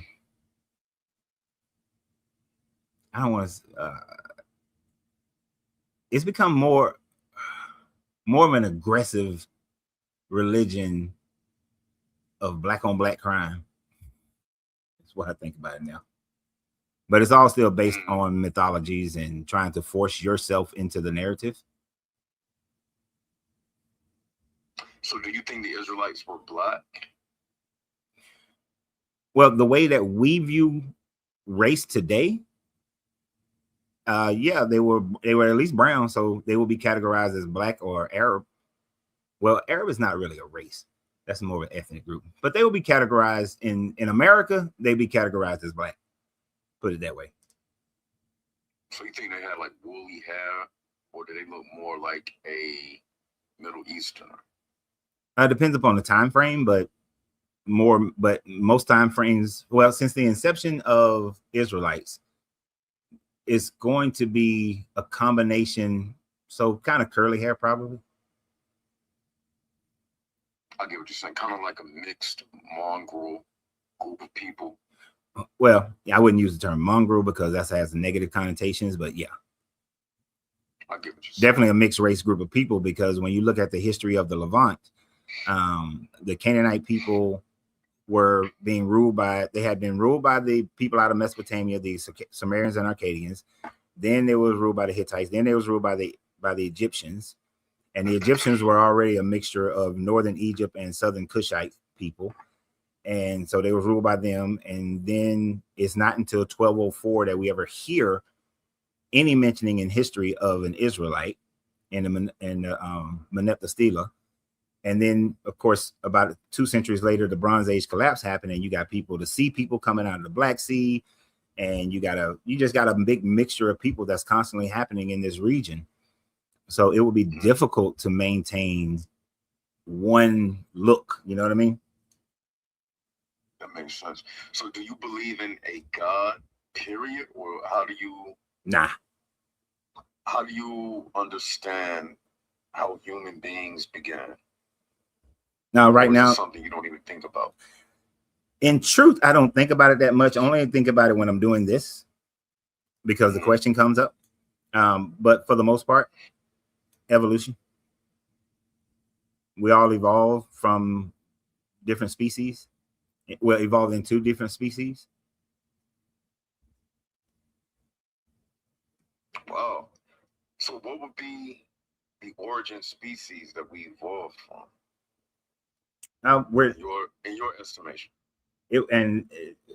some type of hominid, and that hominid probably came from some type of sea creature, and that sea creature came from some multiple cell organism, which came from a single cell organism, which came from a time frame when the earth became cool enough and the proper oxygen and nitrogen mix that afforded for life to start on this planet, life as we know it to start.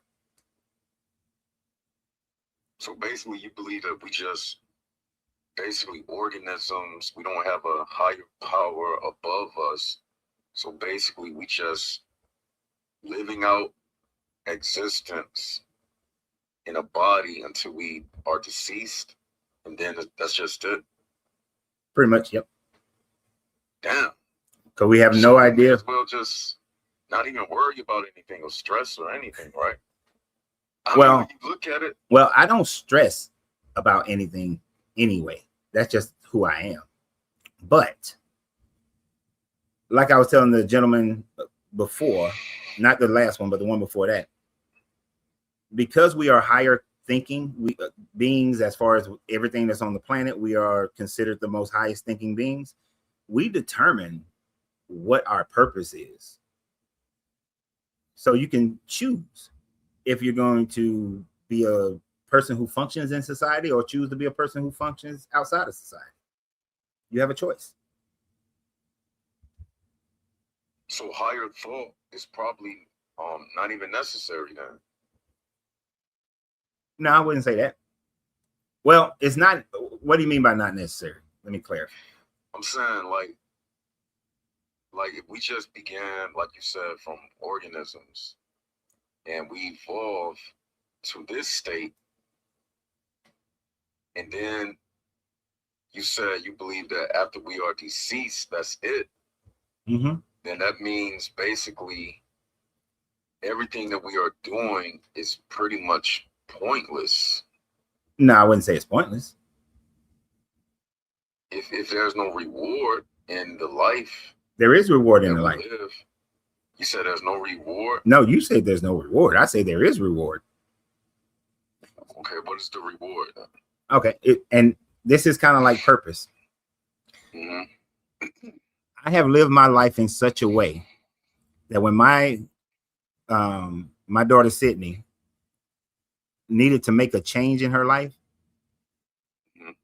I was in a position here in San Antonio where she could leave Atlanta, come to San Antonio, and I can give her that opportunity to make that change without the type of struggle that I had when I needed to change my situation.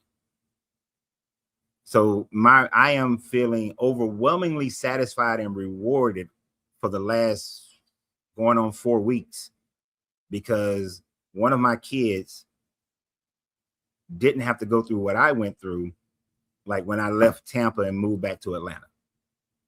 They had an easier road. She got support, and things have worked out. And things have already, it's so funny. The day I told her that one day is this, and the next day everything changes. The very next day, everything changed for her here in San Antonio. But that could have not happened if I wasn't here. If I hadn't built a life that was able to sustain another person. And that's just not me. In the last 5 years, it's been me and my wife. But we built a life where any of our kids can make a change in life without having to struggle. That is incredibly rewarding.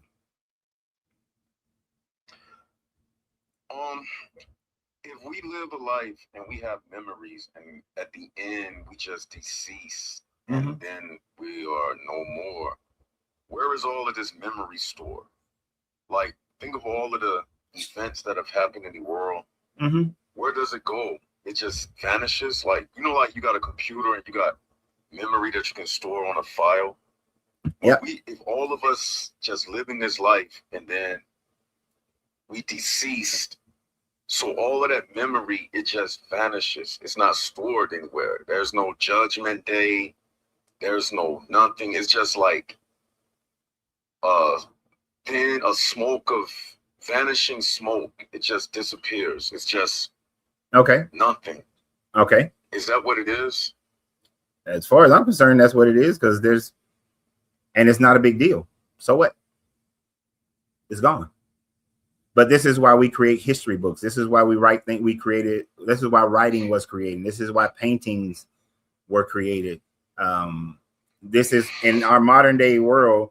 This is why programs like SharePoint are created, so that you can retain knowledge for people once they leave a company. But we create, because we want to remember things, we do that. But 99% of the things that's ever happened, and I'm gonna say 99.9999% of everything that's ever happened on this planet, nobody knows. All right, so I'm gonna leave you with this then. So basically, from everything that I've heard, our afterlife, I have to surmise it to this. Our afterlife is basically like, let's take a graffiti artist, and if I paint a mural, that's my afterlife. My afterlife is my painting, and somebody will see my signature at the bottom of the painting. Yep. And my purpose, well, I'm not gonna say purpose, but my afterlife is summed up to what I leave behind, so someone else can remember that I existed. But I won't remember or have any clue that somebody even remembered that I existed. So what would be the point about it? Is no gain for me. The gain, it's just for somebody else. So it's like that would mean basically everything that I'm doing is for somebody else's mind to remember that I existed, but I won't even know that they remembered I existed, because I won't even exist anymore. So it all points to pointlessness. It all points to pointlessness because you have this feeling that things have to be remembered, instead of recognizing that somebody came by, saw your graffiti on the wall, and it inspired that person to do something in their lives, or it made somebody smile, made somebody happy. If we all just did things for the moment that we have on this planet, that you have consciousness, then we would be pushed to do more and be more right now, instead of waiting for some pie in the sky heaven that is not guaranteed. Nobody knows if it's real. No one's come back and said, hey, let me show you. There's no proof of it. So it's not pointless because of the effects that it has on people right now. Because I was telling another guy, I'm from Atlanta, right? There's a tunnel, and that tunnel gets graffiti painted all the time. It's a tourist attraction. People go there to take pictures. People get married in that damn tunnel. They do all kinds. It brings so much joy to people. And every year, or every so often, because it happens more than just once a year, they'll paint over, they'll white shell everything, and then new artists can go in and paint their stuff. So it's a continuous display of creativity for right now. So it has purpose. The only way it doesn't have purpose is if you choose for it not to. So basically, you're saying everything has a creator. You don't think we Nope. have a creator? I did not say everything has a creator, because everything does not have a creator.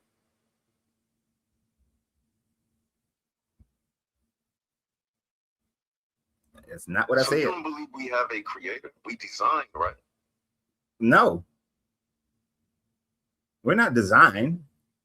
We are billions of small mutations happening over billions of years based on the environment that we're in. The closest creator I have is my parents. How come we organize order if we just come from spontaneity? How come we have organized ways of living if we just emerge from something that didn't think it out? Because why are we thinking out things? Because as we continue to develop over tens of thousands of years, we develop into a consciousness of agriculture, hunter-gatherer, agricultural, into where we are today. But even before that, wolves developed all their tendencies of how they run the wolf pack. Fish the schools of fish. They all develop into these systems based on the environments that they're in. And who knows what that's going to look like 100,000 years from now. We may not even be here 100,000 years from now.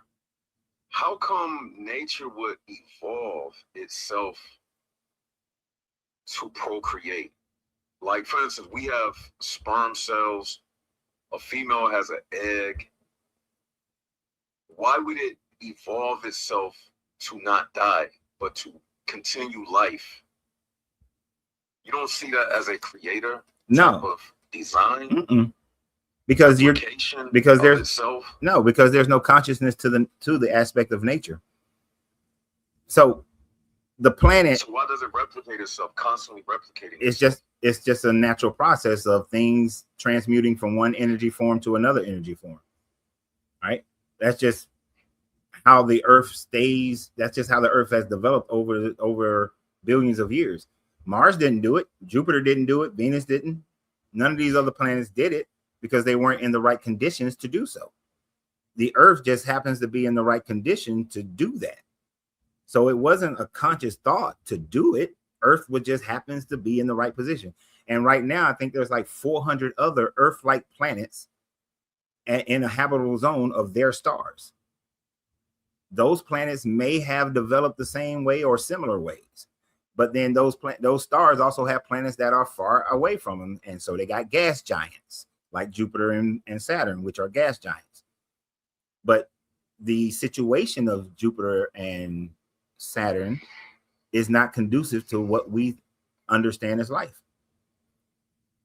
So how do you explain the emotional aspect of things that exist? Because talking about gaseous planets, that's talking about physicality. How do you explain inner thought and dreams and emotions and the ability to be able to detect different vibes that you get from people? How do you explain that? How does evolution explain like spirituality, things that you feel, inclinations about things? How do you explain that? Well, that's just the development of the mind and the rest of the body. I mean, there are different animals on different levels that have similar situations where they have, like, gorillas have emotions, but they have a higher sense of instinct as well. We have instincts. We ignore a lot of our natural instincts and our natural connections to the earth. We ignore them because we overthink them. But as every creature on the planet has developed, even with atoms, protons, neutrons, electrons, we can see that they are attracted to certain things and repelled by other things. So there is a level of consciousness in all things, but that level doesn't develop into reason. Only higher complex creatures develop some sense of reasoning and even memory is something that's developed through tens of thousands of minor mutations that have occurred over hundreds of thousands, if not billions of years. So all that stuff we create. How do you explain people? Because I've seen what one would say is a spirit before with my own eyes. It wasn't a human. I've seen it before. How do you explain spirits and people when they say they've seen ghosts and their loved ones who passed on, and they may visit them or they'll see them? How do you explain that, like ghosts and things like that? Well, our minds are so complex and we have so many different chemicals that happen within our brain that you can have a hallucination and think that you're seeing something because we have a dream state and a reality state, and our brain generally can't tell the difference. When you're asleep, what's happening in your dream, your body thinks that that's real, right? You remember when you was 12, 13, 14 years old, you had that wet dream because your body thought it was real. And so when people say they see things, everything can't be explained, but most of it is going to just be some type of emotional attachment to some chemical reaction that's happening in your brain. Just like when you think you see something move out the corner of your eye, you swear up and down, there was something there, but it wasn't nothing there. Okay, so if there's no afterlife, existence and existence is just spontaneous, then what are your views on the legalization of certain don't know if you can say this word, DRU, you know, GS. Oh, on my page, I say whatever I want to say. Nah, Yeah, what's your view on that? Should people be allowed to use all type of experimental drugs? Because basically this is just nature's spontaneous experiment anyway. So well, I what do mean, you think about that's really like that's societal. synthetic That's drugs and DMT and all of that? Shouldn't that be allowed since it's just the mind and it depends there's on no what afterlife? it What do de- you think about that? it depends on what society you live in. You go to Jamaica, you can do ayahuasca. So because it's legal there. In America, marijuana only became legal because the cotton industry felt threatened by the marijuana industry because it could be made into a products that's better than cotton. So we have different reasons why different drugs are illegal and legal, but in different countries are going to have different rules for it. Go to Amsterdam, you can do damn near anything you want. Go to Portland, everything's legal in Portland, like all the drugs. Like even the ones that are chemically based, but that's just whatever we decide is good and bad. Right. So I was about to go there. So if we decide what is good and bad and no one is God, then basically one can only conclude that morality and something being against the law or lawful, it only boils down to a group of people determining what is right or wrong. And Yep. not only that, that group of people must have the means to implement their will upon other people by implementing violence, because really there is no strict God that's telling you not to do this or not to do that, but it can only be enforced by violence. So do you think violence is something that is just for one group of people to enforce their way of life on another group of people by implementing violence, since there's no God and since no one can determine what is right or what is wrong? So it'll just boil down to like whoever has the most violence, basically like the animal kingdom. If I'm the strongest predator, then whatever I say, it goes. So basically that's what it boils down to, right? In a sense, that's a very simple way of putting it, but yeah, it basically boils down to that because that's how civilization has been created. And yes, all morals are subjective.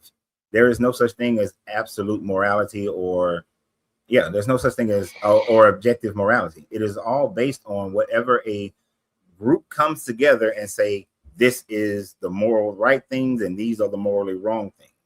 And we can see over the history of any country, any civilization, how those things change.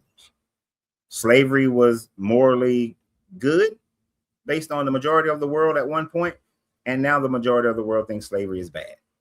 And unfortunately, most of those things happen, most of the moral changes that happen because of violence. But I'm not going to go as far as say that violence is good because it creates moral changes, because some of the moral changes that violence has caused, that initiated by violence, have not been good.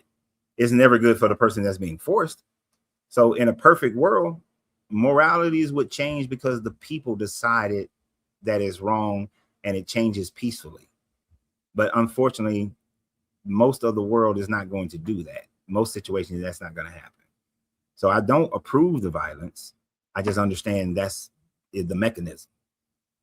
So if you don't approve it, if there's no God, then is your life any more valuable than the life of an ant or any other type of insect?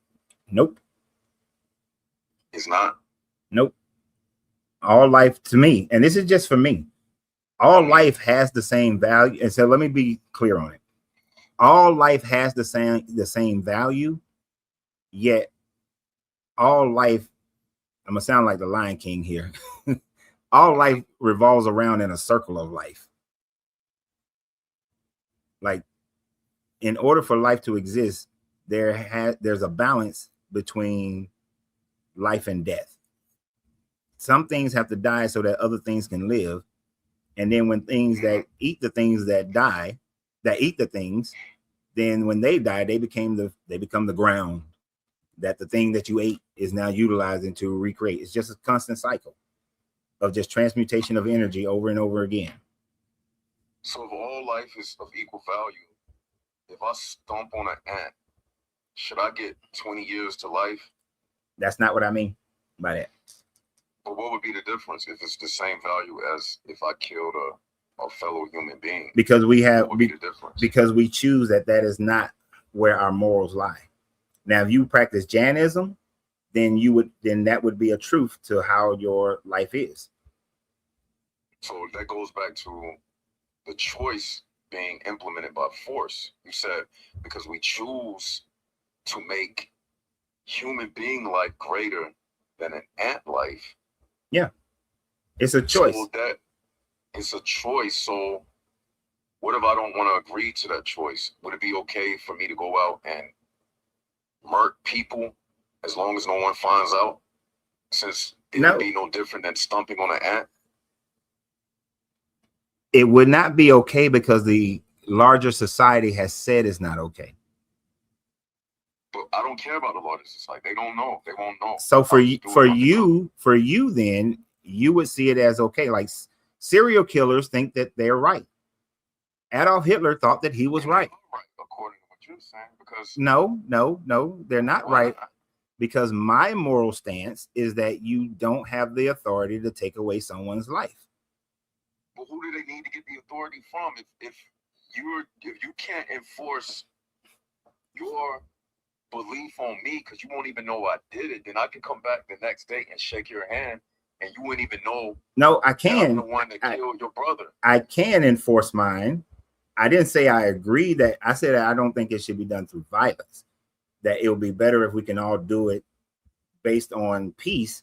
But we do come together. The only way we can have society is if we agree on certain moral stances. And the fact that we come to agreement on certain moral stances, we get society. When you don't have that, then yes, you have anarchy where every individual person, whatever they think is good for them, but the next person is not going to think what they did is good because all morals are subjective. So that doesn't mean that I should be okay with someone going and taking someone's life because my morality says that you don't have the right to take someone's life. But my morality says it's okay. So well, yours is in the minority, so you lose. You go to jail. Okay, but does the minority mean that you're doing something wrong? In the subjective morality, yes. Okay, but in the subjective morality, there is no God. Bro, we're going in a circle. So it's just a human being. We're going in a circle. I know. You're trying to get me to a point where you're trying to get me to a point where final judge. Exactly. There is no final judge. There is no God. We all just make these. No, but your point is still invalid because, okay, what God is it then? Which God? You're saying there is no measuring stick to anything. And that's what I wanted you to say. No, I'm not saying that there's no measuring stick. What I'm saying, the measuring stick is whatever society as a larger group has decided. That's the measuring stick. You're basically saying man is the final authority. Man is the final authority. As we are. Your God. No, man is not my God because I can choose to live wherever in a group that is more akin to what I think. Right. So you're still going with the majority, what the majority has decided. That's why you said I would be wrong because my reasoning would be in the minority. So your God is based upon the majority thinking of what is morality, what is morally right. No, my thinking is not what the majority says, sir. No, my thinking is if there's a group of people who think the way I think, then I want to be around them. I am still the one who's deciding what is morally right and wrong for me. And I choose to go find a bunch of people who agree with me so that I can live in peace. It is not that I am making those people my God. My own thinking is my God, if we were to use those terms. And I find other people who think the same way. I am still the driver here. They're not driving me. Now, if you want to be in, if you think that murdering people is right, you go find a group of people who all want to murder each other, and then you're in that majority, and you get to live with them, and y'all get to kill each other, and you go live there. But at the end of the day, thank you for your time. I think you showed me and you revealed your hand, and my point. I now understand that. I didn't reveal a hand. That's the only final resting place. It's going to lead back to, like you said, it's going into a circle. So everything I just said, you just completely ignored, and you just still stuck with saying that man is my God. No, I didn't ignore it. What I'm saying, technically, since you do not believe in a supreme deity that decides right or wrong, then technically right and wrong from your worldview perspective is a societal thing based upon if the majority. You didn't hear what I said. I said me. And then you me. Yeah, you. That's what I'm saying. You. I'm talking about you. Not the majority. Me. I decide. You have decided. Right. You have decided to live a certain type of way.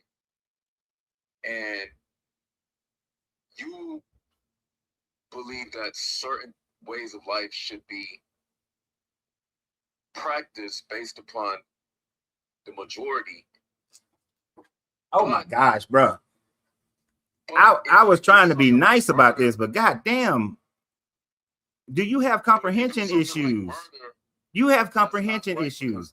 Let me give you a simple example, and maybe you won't have this comprehension issue. No, you do. You do. Understand what you're saying. So no, you don't, because you keep throwing it back to the majority. When a Jewish person in the 1930s and 40s decided that, you know what, Germany has changed. I'm going to get the hell out of here, and I'm leaving because I want to go somewhere where I'm not going to be prosecuted the way that Germany is prosecuting them. Are they going with the majority? Because if they were going with the majority, they would stay in Germany. But they decided that, no, I'm going to take my morals, my judgment, my life is mine. So I'm leaving, and I'm going to go over here to America or to England or somewhere else where the majority is not thinking to kill me, that it's okay to kill my people because of my religious belief. Is that person in the majority? Are they following? Is their God the majority, or is their God themselves? And then they leave to go where they are not persecuted to be around people who don't think that way. Who's in charge in that situation? I'll answer it like this. They care about what people think about them and what people think about how they should live. So personally, they make a decision not to live amongst the people who think about them a certain type of way. And thus, they decided to leave those people who thought about them a certain type of way. So even within that, it boils down to a human being, even if they say they don't believe in God and what God thinks about them, you still would care about what other people think about you.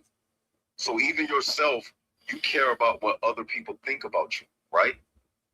I don't give two shits about what other people think about me, but I care about myself, and I'm not going to leave myself in a situation around a bunch of people whose thought process is to harm me, because I love me more than that. Because you think about them, you're taking about caring about what people think about you into no, you're thinking, you know what? I see that you got comprehension issues, my guy.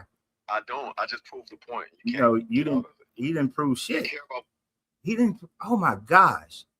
How can you take the idea of caring about what someone else thinks about you, which is a sign of insecurity, and then rope that into you? They're your God.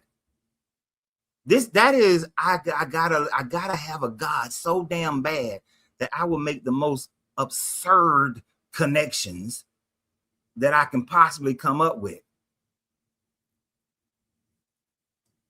That dude is a slave to this God, complete slave, and he think he won something. He think he won the big bear at the damn fair. Benson,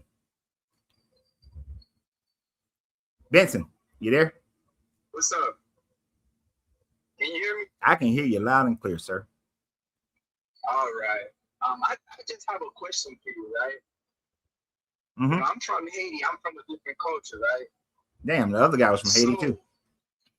Yeah, because I like watching you a lot. So, so you don't believe there is a supreme being at all? No. Okay. All right. So I'm gonna tell you from my experience, like from things that I've seen, because you know Haiti's totally different. That's why I like watching your show, because things that I've lived in Haiti, things that I've seen with my own eyes, it's like, do I have a brain issue, or is what I'm seeing is like it's just an illusion? Like for instance, one time, right? I think I was around probably 15 at that time.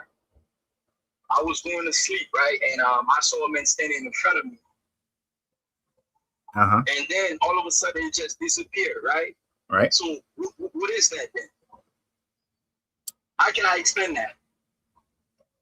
So you thought you saw a man standing in front of you. No, I mean, like, physically, I saw him with my own eyes. All right. And all of a sudden it just disappeared. I mean, I understand what you're saying. Like, I wasn't there, so I don't know all the cause and effects around that situation. So that's kind of hard. But the closest thing that I can say to that is I was walking down the street one time and I saw, and you could, I don't know where this woman came from. And she just appeared out of nowhere. Right. Now, to me, she just appeared. Right. But my dumb ass went up there and I was like, man, where'd you come from? And she was saying that she had been walking down the street. What I didn't consider was the way, from the angle that I was walking, as she was walking down the street, there was never, every time she was walking, there was always something blocking her. So I never saw her. And every time that space cleared up, it was empty. So by the time I was able to see her, she was just there. It seemed like she just appeared. So it was kind of an optical illusion that happens. And that could have been, I mean, that could have been it. Now, if there was nothing blocking you and the man just there and he just, you know, Star Trek, was there a Star Trek beam me up? Did you just see him disappear? Like, how did the disappearance happen? I mean, see, I mean, like, the way I see life is like, it's a lot of things. We as human, right? It's a lot of things that we don't know of. And then by us not knowing it, we just think like, you know, okay, I'm not saying like God, that's just a title. But I truly believe there is a supreme being. You know why? Right. My mom, right? She passed away in 2012, Mm-hmm. right? Sorry to hear that. You know, I'm a truck driver. Uh-huh. And I had an accident about last month. So what I did, right? I summoned my mom's spirit. And then I went back home to Haiti, and then I'm speaking to her like me, like I'm talking to you right now. So how is that possible? Because earlier you were saying that once you did, that's it. It's possible in How can you explain that? Your mind, your emotions, and your mind creates a situation where you have that conversation. I had a similar experience with my grandfather when he died. And so the day after he died, he came into the room, sat on my bed, and he started talking to me and telling me some things that, you know, about the family. Now, okay, hold on time out. Was you asleep, or I mean, like, well, see, here's physically, like you just sit next to you? See, here's the thing. He was just like sitting next to me. The next thing I know, I hear my grandmother getting up and walking down the hallway. So there was no moment that I could pinpoint sleep and awake. Right? It's just all happened. Okay. Now, from that, I was 15 when that happened. From all that time frame, I was Christian. I was 15, and I thought my grandfather had came to me. But as I've grown and as I've focused on developing my consciousness as far as dreams and just consciousness in general, I realized that I can be asleep having a dream and then wake up without the middle ground where it would seem that the dream was real. And you know how sometimes people wake up and they're mad at somebody? because they Right. dreamed something happened, but it never happened. So because bridging that gap of recognizing that that's a possibility, that you could dream and wake up and not even know that you was dreaming it, but life just continues from that dream because it wasn't something crazy going on, you know, like you weren't walking around with a banana hat on and a Speedo. Wasn't nothing crazy like that. It was a normal kind of life, right? So it could have been a dream. My grandfather's part could have been a dream, and then from the dream, it continued on to my grandmother just being up and I was awake. And most likely that's what it was, just a dream. And the reason why my grandfather told me things in that dream that some people would say is prophecy is because I had a very close connection with my grandfather, even though he was mean as hell sometimes. But he had been drilling in me for as long as I can remember, life lessons about the family. He had been telling me how this family is connected through him and my grandmother, that without them, the family will split up and separate because they were the focal point. He had been telling me, and he'd been telling my brother is not the guy who's going to, at that time frame, he was saying, my brother's not the one who's going to keep this family together, even though he's converted into that now. But he was like, my uncles, they not going to do it. And so he was putting all that on me when I was 12, 13, 14 years old. So it makes sense that my grandfather would have told me that it's going to be my responsibility to keep this family together. Okay. But mine was like totally different because I mean, like last month, like I actually went to a voodoo priest. Like the guy, like the voodoo priest I went to, he didn't even know me. And he was telling me everything about my life. And then everything was accurate. I mean, like, how is that possible? How is that possible? I'm just saying, I'm asking you, how is that possible? So, if there's not a supreme being, like, let me ask you a question. Did you just walk up to him and he just started telling you everything about your life? Yeah, right in front of me, yeah. He didn't ask you no questions. No question at all. He didn't know nothing about you. Nothing about me. That's the first time I met him. Because I just want to know, how is that possible? I mean, I am a very perceptive person. Okay. And I can look at people and have a general idea about them. Now, there are other people who are supremely perceptive. And they can look at your clothes, the way you walk, the way you move, and they can tell you a whole bunch of things about yourself. And then as you confirm those things, they learn even more about you, right? There's literally in the United States military, certain departments and in other services within the United States government, there are people who get trained to do that. And if this man been practicing as a priest for an extended amount of time, he's seen a lot of different people. You could have clued him in on things that you didn't even realize you was cluing him in on, right? But so mine was totally different, man. I don't. But it was me, my dad. Yeah, because I'm speaking from what I've seen, like from what I've witnessed. You know, I cannot speak for what other people see or do. You know what I mean? So I was like, man, I was in front of the guy, man. Like he's telling me everything's accurate, everything about my life, even about my kids. Here in Miami. I can't. He's telling me everything about the name and everything. He was telling you your kid's name. And I never met him. Yeah. And you never met him. About my child, everything. Yeah. Man, that dude knew something. That man knew some other people that knew you and got your information. Trust me, man. I mean, I don't look. The thing about it is, there are so many variables about that situation that I don't know and can't know. But it doesn't mean I'm going to put it to a God. You know what I mean? Like, but I'm not saying a God. Say, like, you stopped in the middle of it. Yeah. I just received a call. I hung up. So it has to be something out there that's bigger than us. Well, I ain't gonna say that's something bigger than us. Now, my hope. Let me explain this correctly. I don't believe that there is life after this. I don't believe that there's other parallel dimensions or different dimensions that we exist on, that our ancestors went to at a higher state of being. I don't believe that.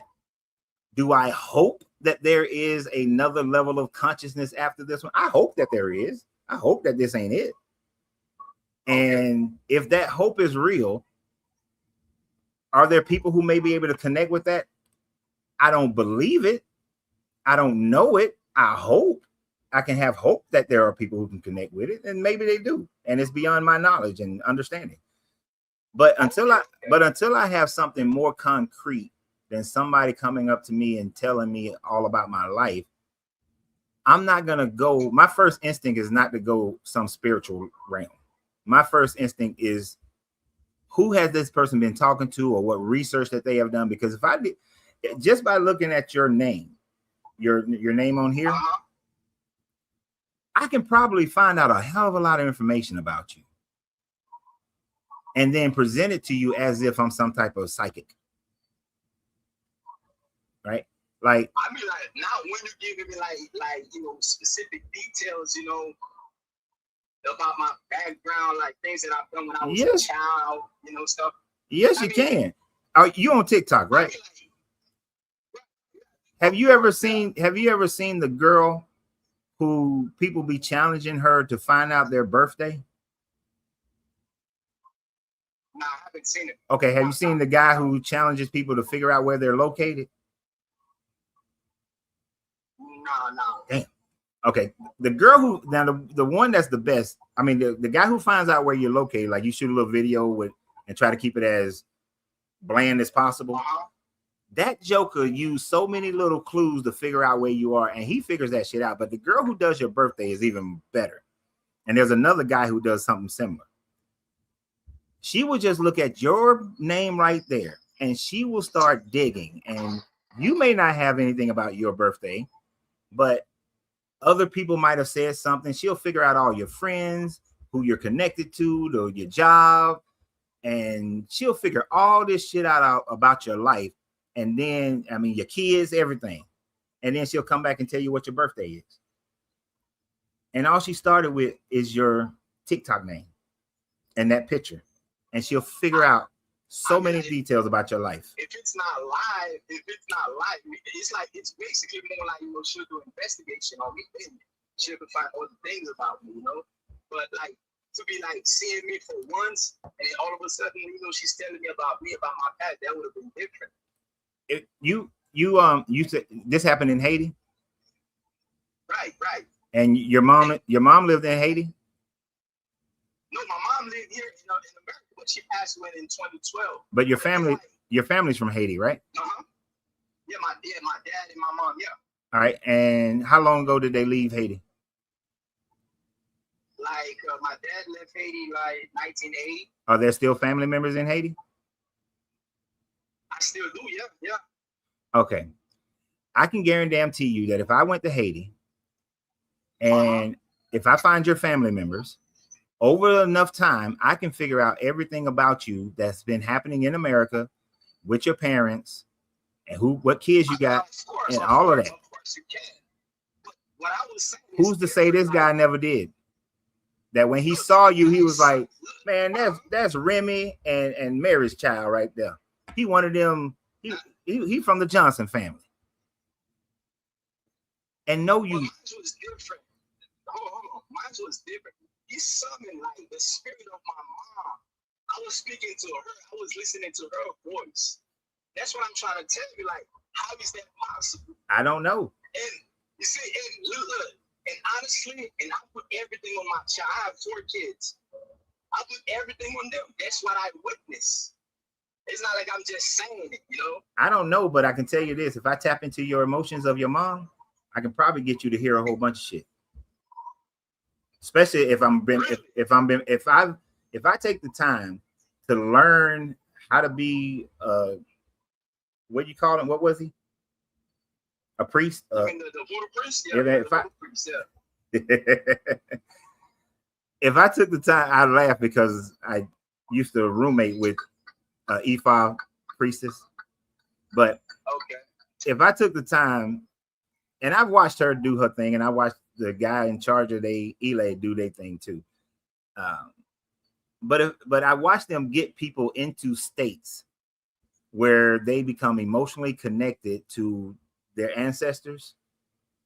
And I've watched those people swear up and down they heard the voice of their ancestors.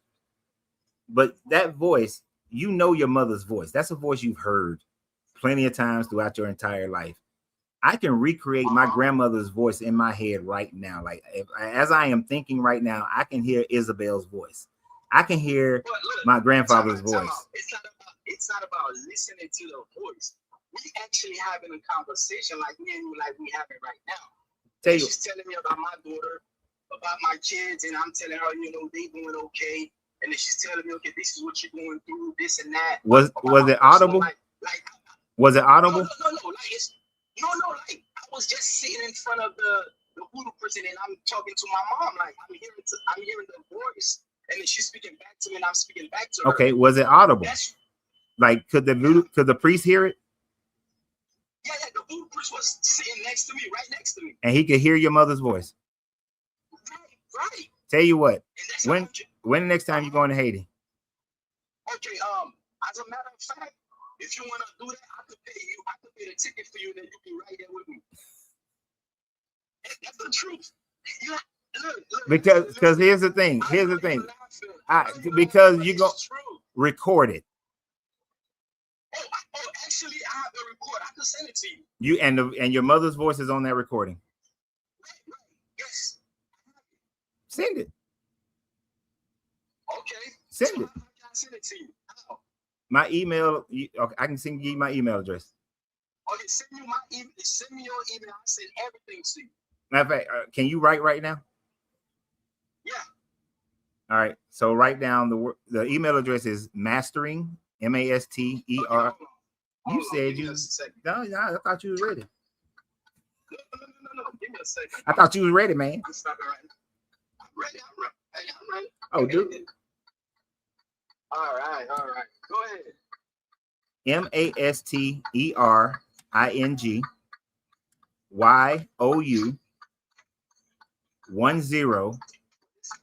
Okay, hold on. MA. It's masteringu10@gmail.com. So MASTERING YOU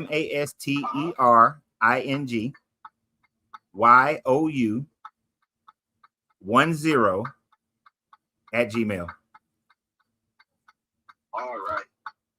I will send it to you, and then you will listen to the whole conversation. Is it a video or is it a audio? Actually, it's audio. Audio, yeah. It's audio.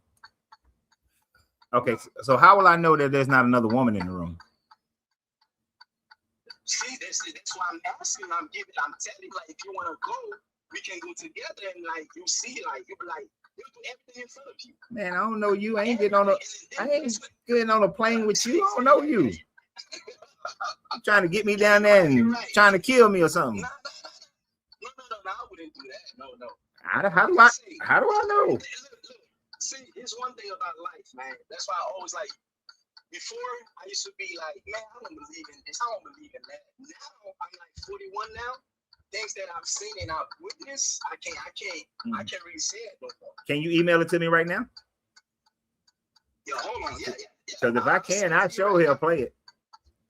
But it's kind of, but see, there's no video. See, that's the thing, yeah. And I don't want to ask for your mother's death certificate. But that still wouldn't matter. That still wouldn't matter because. Well, I would never claim that, my mom passed, but I would never. I mean, that still wouldn't matter because it wouldn't prove that there's not a woman in the room. See, the best way to prove it, like you have to witness it with your own eyes, with your own ears. I mean, that's the best way. I'm sending you the audio, and you're gonna be like, man, I'm not buying it. There's a part of me that's not gonna buy it. Because exactly, but I give you another choice. You could go and and then you just be right there, and then you see everything happening. Then probably you would have a different perspective in life. Like, man, how is that possible? I probably won't have a different perspective in life because I already. Okay, so this is why, like the other guy I was talking to, He was telling me he loved everybody, and I was saying, you don't know me. What a lot of people don't know is every day I try to move things with my mind. I try to like lift shit. When I meditate, I try to like get out of my body. Like I do think that the mind is incredibly powerful. Let me ask you a quick question. So you don't believe in astral projection? Out of body experience. You don't believe in that? No, I didn't say that. I think that our conscious, our mind, I do think that there is some level of our mind that our consciousness, and we don't fully understand where the consciousness is and what its makeup is. But I do think that our mind is so powerful that we can astral project. Let me just put it plainly. I think that there's a possibility. I think it's a possibility. And if you were to, when on some of my mushroom trips, and I'm not saying that anybody should do mushrooms. Matter of fact, y'all don't do no damn mushrooms. I got to put my disclaimer out there. Okay. Got to put my disclaimer out there. But if you were to ask me, did I astral project on some of my mushroom trips? Shit, yeah, I astral projected like a champ. Can I prove it? Hell no. Even though after one of the events, everywhere that I saw earthquake and a volcanic eruption, when I went back and I looked online to see if they had one in those places, they had them. They had earthquakes and volcanic eruptions.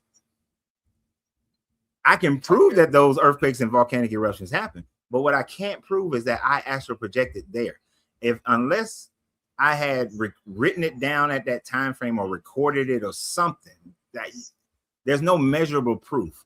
So it still comes down to my word, which don't mean shit at the end of the day when it comes to proving something. Okay. Because that's all experiences are.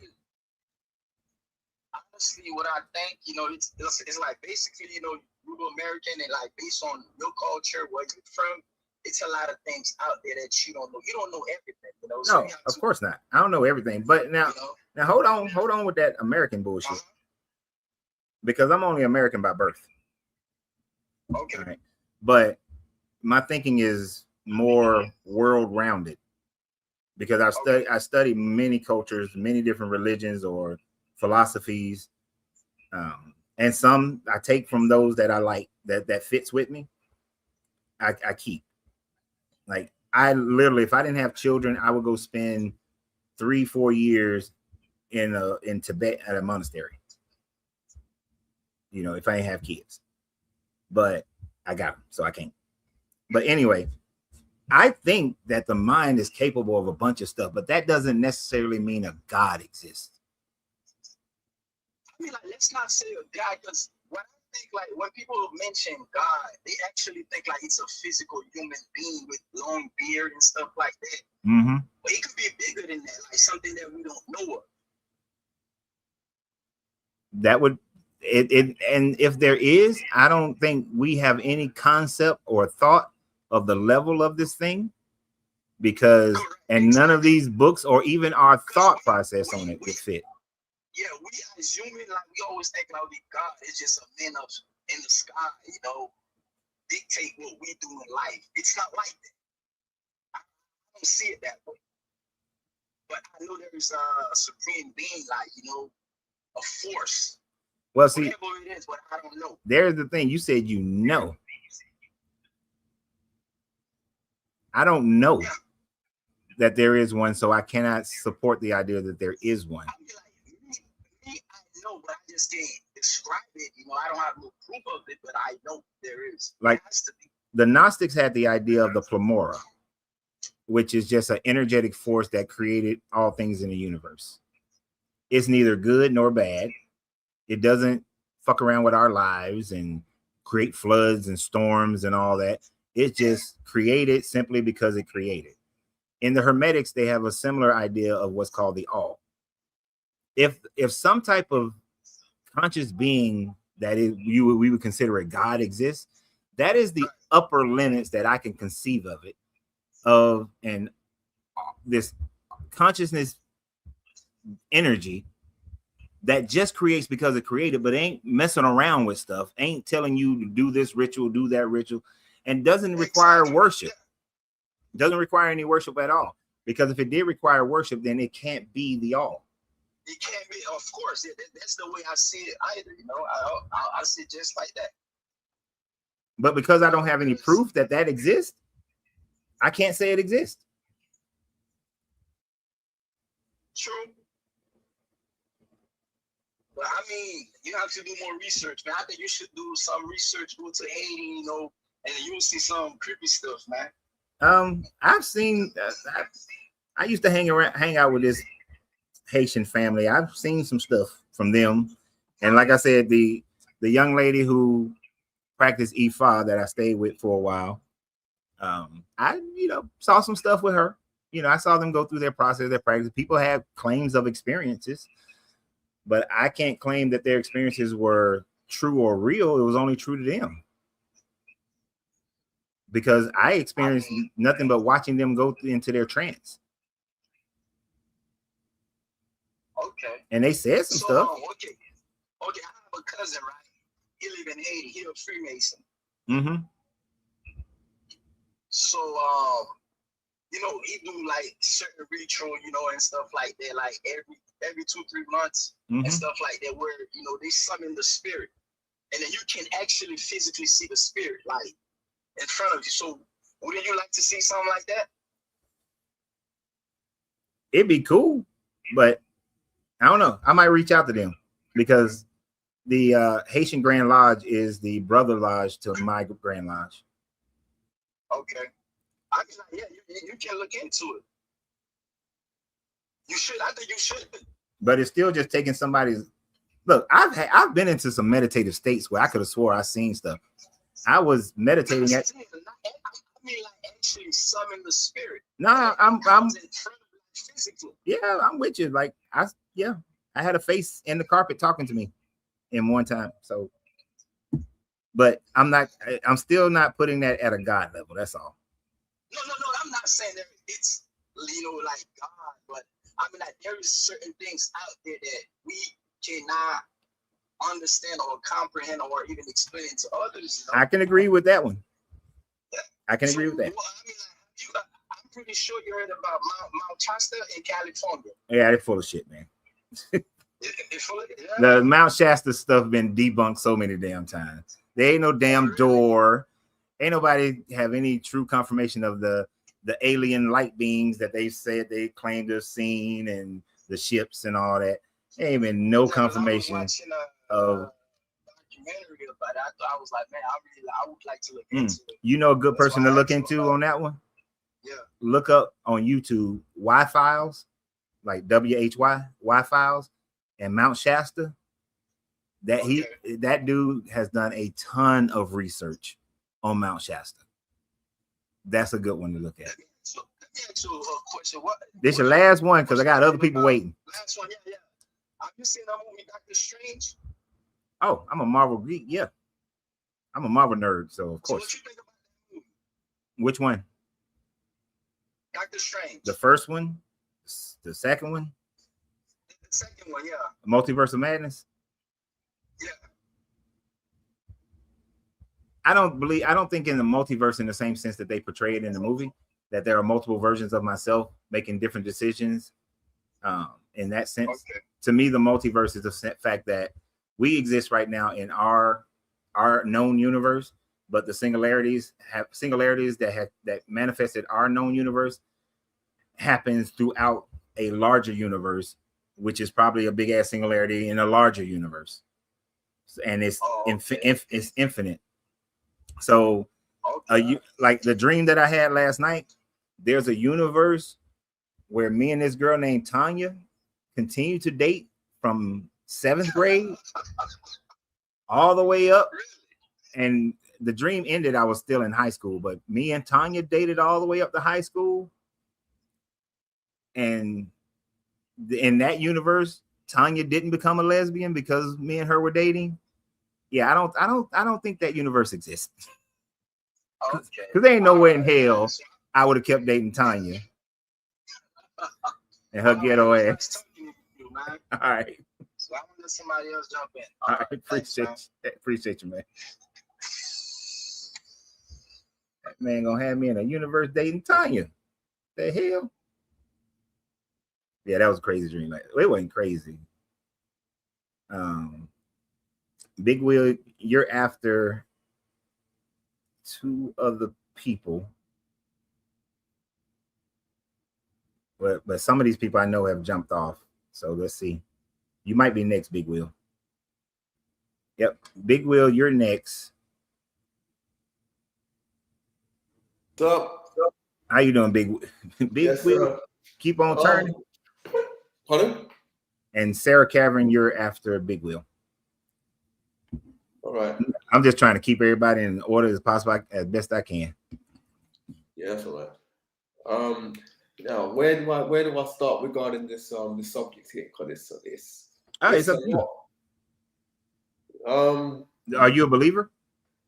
Ex Okay. believer. All right. How can I put this? It's crazy because it's like I've had so many. Let me see.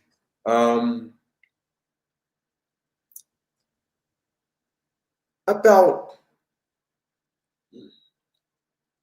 yes, the Passover, the whole Moses Passover, Pharaoh, and Okay.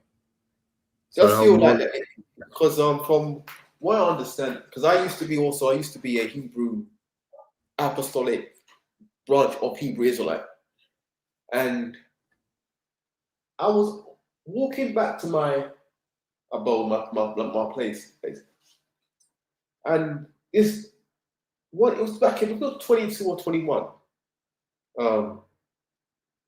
And there was a question that I asked, a question that came to my mind. How could a God rush his own people to eat a Passover?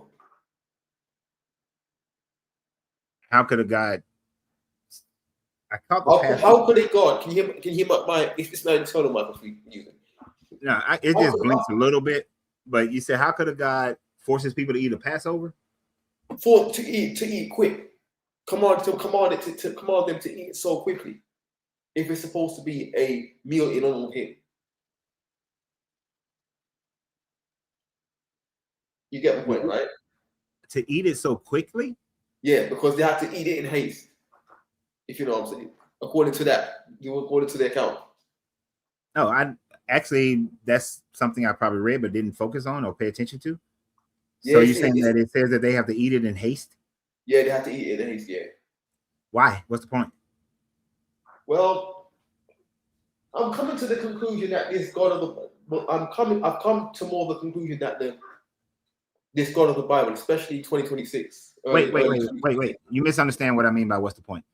Oh. What is the point in the Bible? According to the Bible, what was the reason God gave them that they had to eat the Passover in haste? Because they were going to leave Egypt. Okay. So you're talking about when they were getting ready to leave Egypt. Yeah. They ate a Passover. I know they did the lamb's blood on the doors. I don't remember saying they had to eat. Let me find it. Hold on. Let me go to the KJV version of this account. Not the KJV. All right. What was your version you used to read? Oh, you can read whatever version. I do the RSVU E version.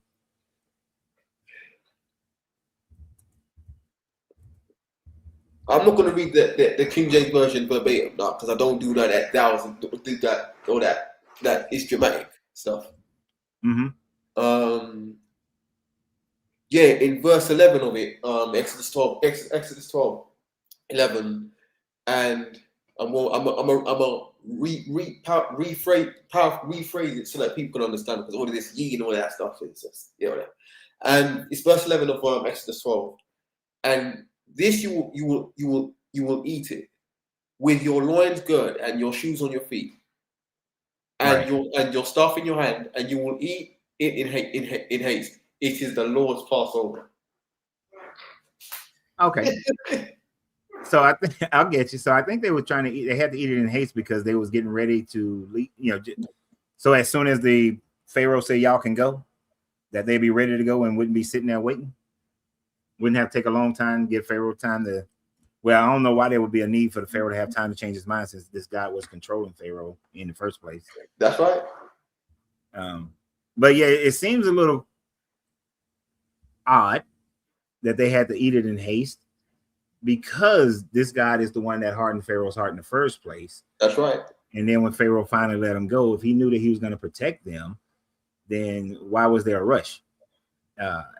And they had to collect everybody's gold and stuff as well. Because remember, it also tells them that he gonna change them, he gonna affect the mindset of the Egyptians to give away all their stuff to them. Yeah, give them favor in the sight of the Egyptians. Right. That you ask for some gold stuff, they're gonna say, yeah, here, take it, because they lost their free will. Yeah. But only reason I can see is that they're trying to just create a sense of urgency in the story. Like, we're gonna create this false urgency so that the story seems better. All I can say is that from what I've learned in my life, especially as I'm now in my mid-30s, is that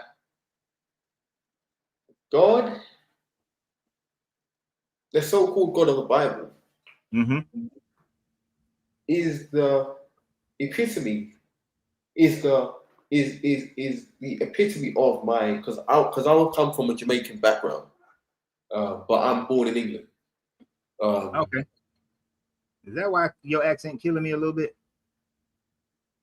I can't really place it. I was trying to place it, but I couldn't really place it. But that now makes sense. It makes sense now. Yeah. No, you good.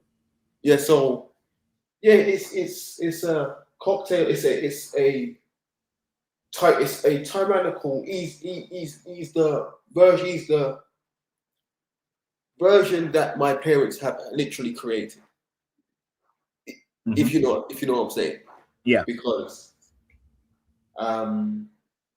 this God is what is what is something like what is they want a God to relate to as their parents, as someone like their parents. You know what I'm saying? And I can't worship a God like that. I'm still debunking a lot, deconstructing a lot of stuff, and it's crazy. No, that makes sense. Let me ask you a question. Yes, sir. Now I want to ask you a question. You say you used to be a part of the Hebrew Israelites? Yeah. What made you walk away from that? There was one video on you know this cat called Bro Sanchez TV on YouTube. That sounds familiar. If I'm allowed, I'll post the link in there. What does he look like? He's got a beard, and he wears this hat. Where's the hat? So it's not the Spanish guy. Like one of them baseball hats. Okay. Oh, I know what you're talking about. Yeah. Yeah. There was a video that I watched. I was listening to while I was preparing dinner on a Sunday night back in January. It was God told them to enslave us, and now he's mad at them. Listening to the reasoning and explain for what he explained, opened up my eyes quite a lot. That the next day I had to have that conversation with myself about it. That's an interesting thought process. I've never done a video about that.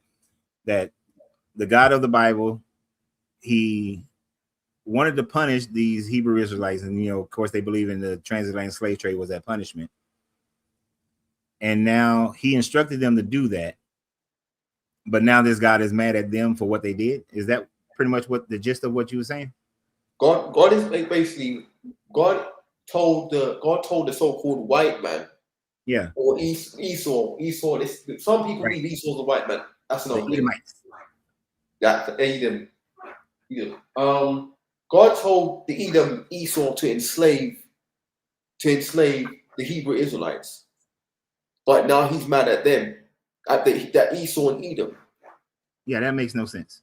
Makes no sense to me. If that is the God I'm supposed to serve, then he's not making any sense. Because that's just pure efforts. You know? Yeah, that's kind of dumb. And see, that's that whole where they excuse themselves and be like, well, God works in mysterious ways and we don't know the mindset of God and he does things which we ain't gonna come to an understanding of knowing. But that's a bunch of bullshit. That's right. When you read the story, you just see this ever-changing kaleidoscope of mentality by this guy who seems very schizophrenic, jealous, and narcissistic. Yeah. But one of the main things I recognize is that this guy changes depending upon what culture is writing about him at what time. And like the whole Hebrew Israelite storyline is basically a post-American slavery mentality of this God and what those people had experienced. So I'm gonna rewrite this God to fit my post-Civil War lifestyle. So the best way to say this is that our ancestors went through this punishment because we were disobedient.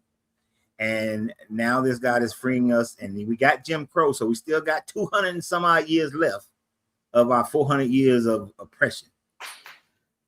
But this God is going to release us, and then we're going to get the promise of Abraham and all the other promises. Oh my God. And the 400 years been over. It's been over. I ain't seen no promise of Abraham happen yet. Oh, yeah, and it's God. And also, I don't believe I think that I do think that the 400-year prophecy is false because it was true. Yeah, it had nothing to do with the transatlantic slave trade. Whether or not it was whether or not it was translated or not, it doesn't make sense because one, if it was a true word, I have a thing about the word prophecy. That's another thing. Mm-hmm. If the 400-year was a true word, it wouldn't have been put on the news that Ghana Ghana in 2019 was they was promoting that was the year of return. Plus, after 2019, in March of 2020. The most of the earth was under so-called what's going to call house arrest, and that included included all of us, including myself, when I was in that Hebrew Israelite thing. I wasn't in it for too long, so it doesn't make sense to me that a 400-year prophecy, 1619 quote unquote 1619 to 2019. God, Genesis 15 and 13. When I think it's 14, but that's another thing. But you have to read the script. Read it for yourself to find out. But yeah, it don't make sense to me. 400-year prophecy. 400-year prophecy. 1619 to 2019. Then 2020. The most of the earth, including those Hebrew assemblies, are on so-called lockdown. So-called lockdowns, and then to even make it worse, people from themselves or from the same Hebrew Israelite communities was taking the drug, took the drug. Of course they did. Right. But the other part of it that doesn't make any sense. Yeah. In Ezekiel, I think it's Ezekiel where it says that no longer will the sins of the father be cast down to the sins of the son.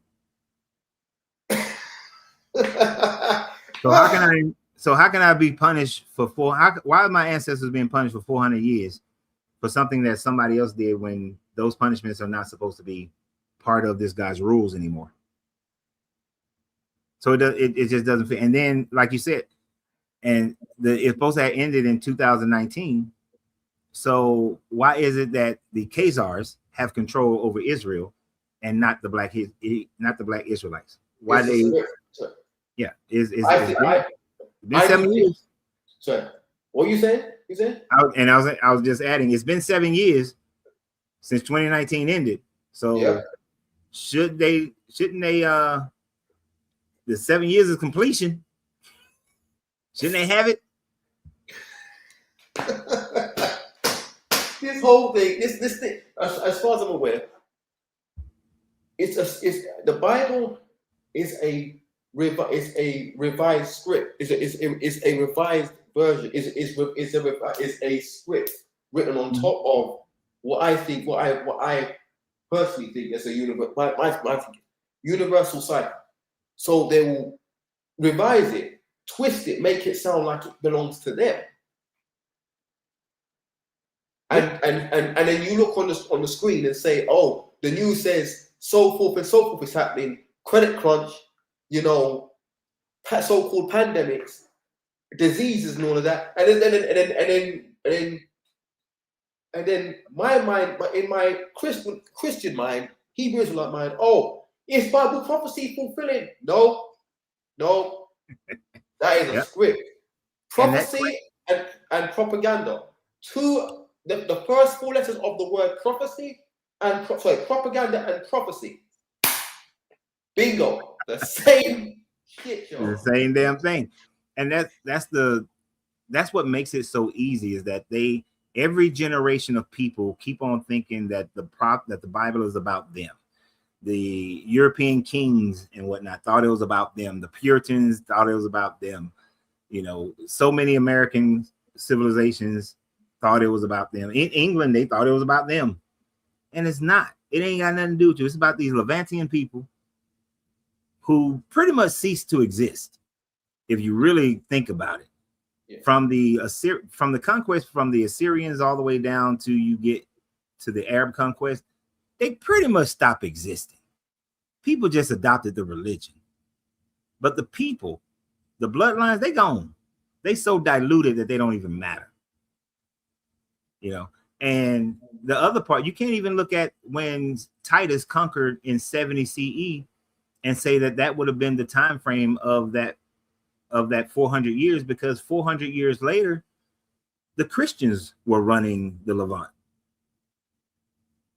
And these motherfuckers, the so-called people who practice Judaism, they didn't get it back for what, 1700 years? So that 400-year prophecy doesn't fit anywhere in history.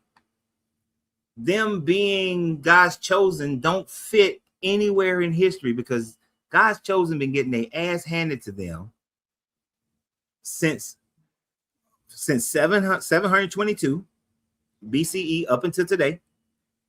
Prior to that, they were getting their ass handed to. They had a little time frame between around 1000 to 800 that they may have been able to exist. But prior to that, they was getting their ass handed to them by the Egyptians, the Hittites, the Sumerians, and Akkadians. These are some woeful ass people, and their God is get punked over and over again. Yeah, it's so easy to, you know, as I reflect, study and reflect it, it gets more easier to pick it apart. But I do think that living is also as equal. For me, is more important than just picking apart decoding. Even though decoding is great, but I do like to have a laugh. Yeah. So, but even what else was I? Yeah. The Caesar's Messiah documentary. Even though I need to watch it. I need to watch it fully. I've got the book, but I need to watch it watch it because I fell asleep in it. Fell asleep to it. But I do think that Titus Flavian is that so-called Messiah, that Jesus, the Jesus figure that they wrote in that book. Oh yeah, I think I'm with you to a certain degree. I think Titus is a big influencer to the characterization of this Jesus character. There are other people that were thrown in there as well. Yeah, but I do think that since Josephus was the scribe and he had told Vespasian that he was going to become emperor, and that there's this Jewish prophecy about him becoming emperor and God, and that would make Titus the son of God. I do think that was a big push from a lot of the storyline does come from Vespasian and Titus. But there are some other elements that were thrown in there as well. Like, have you ever researched Apollonius of Tyana? No, I need to look into a lot of things. I'm still stuck on the creation part where there was this other cat called Chief Iron Bush. He brought out some thing that I was like, wow, about when it says be fruitful and multiply and replenish be fruitful and multiply and replenish the earth and have dominion over it. Uh-huh.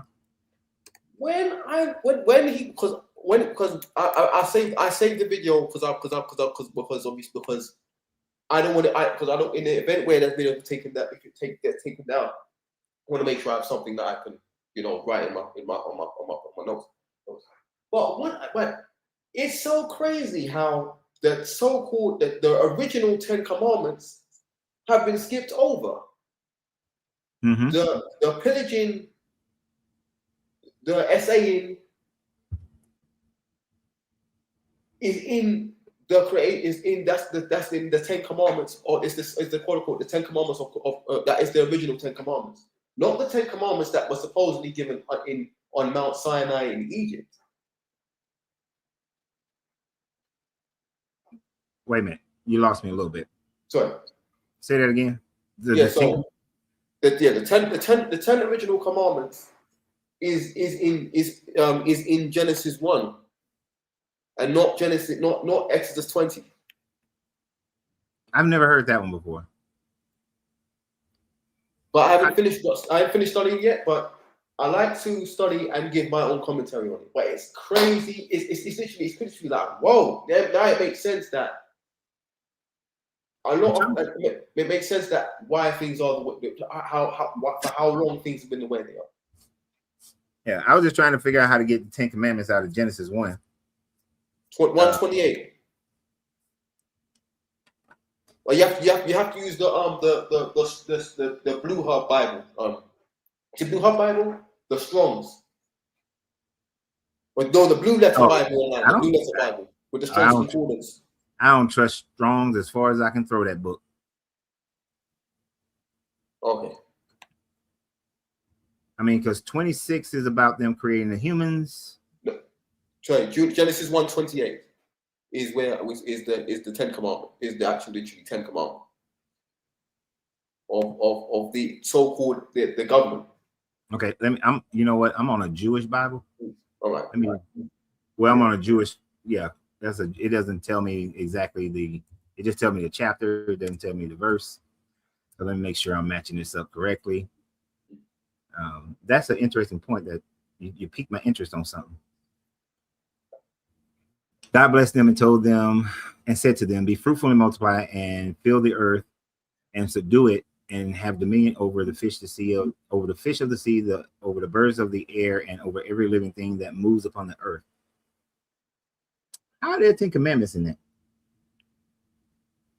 Because if you break down per se the sentences, like for instance, like say, be fruitful and multiply, and not only that, it's also the multiple meanings of the word, and even the word, even having the subdue it, and the subdue it and having dominion, right? Meaning to carve. It's like it's basically to have control, to carve out, to basically Alistair Crowley, do quote unquote what they want, basically, with it. I'm gonna have to. I'll research it. It's right off the bat. It looked like some reaching to me, but like you said, sometimes the words have different meanings, but it depends on the context. That's the surrounding context clues of the other words around it that gives it its actual meaning. Because you know how like some people try to say that Jesus is in if you look at the genealogy of Seth, you can find Jesus. because they utilize the names that have meanings, and they utilize meanings that the names don't mean, or that the names could mean, to try to create the Jesus in the genealogy of Seth. You ever heard that one? No, I haven't heard that one. Yeah, it's a The popular name. Christian thing going on right now. Pardon? It's a popular Christian thing that some of them are doing right now, because they want to push Jesus into the Old Testament. Well, I came up in an Adventist, like as an Adventist Christian and a non-denominational. God damn. Yeah, God damn. So they do believe that Jesus is God. So you had a rough life, bro. Yeah, it was a some shit. It was some shit. Yeah. Is your parents still Adventist? As far as I know, but I'm grateful I live on my. I'm grateful I've been living on my own. So do they talk to you? Pardon? Do they talk to you? You know, when you leave at this Adventism, I don't know if they do that in England, but in America, when you leave the church, they ostracize you. Well, I don't speak to them. We've had our relationship is finished because of their gross hell ways towards me when I was growing up. So I have to shut it down at 30. So gotcha. Let's see. Well, man, let me try to get this last person up here before. It was good talking. Yeah, I got a skedaddle here in about 20 minutes or so. All right. I appreciate you. Yes, sir. Salute, sir. Big wheel. Yes, sir. Appreciate you. Keep on turning. All right. And I'm saying that because I told this person I'd get them on. So let me see if they're still there. Sarah. Oh, well, damn. I could have kept talking to Big Wheel because Sarah ain't there no more. Sarah left me. I got time for one more guest. I got time for one more guest. Let me see something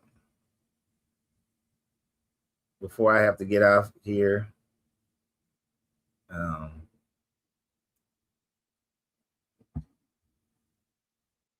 So I got time for one more. I know y'all been having a lot of conversations in the comments. Unfortunately, today I haven't been reading the comments too tough like I normally would. Usually I try to keep track of what's being said at the same time, but not today.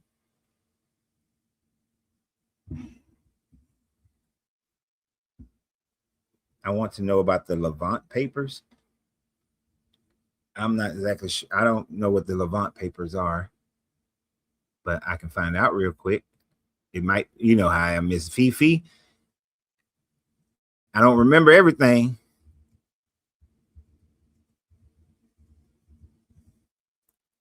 But it might be something I'm familiar with.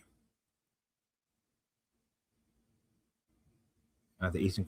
Okay, so the Levant papers most commonly refer to the 19th century British diplomat and parliamentary documents regarding the Eastern question and the Ottoman Empire. However, you might be thinking of the modern academic publication in the Middle East.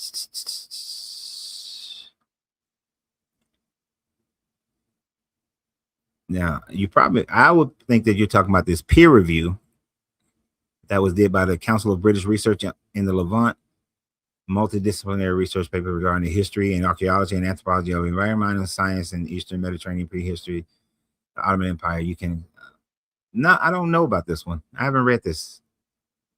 These are old, and I haven't read about some old shit.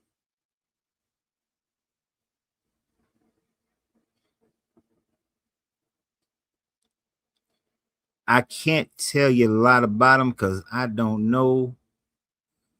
But the operations around the Oriental Crisis of 1839 through 1841. You mentioned it in another live.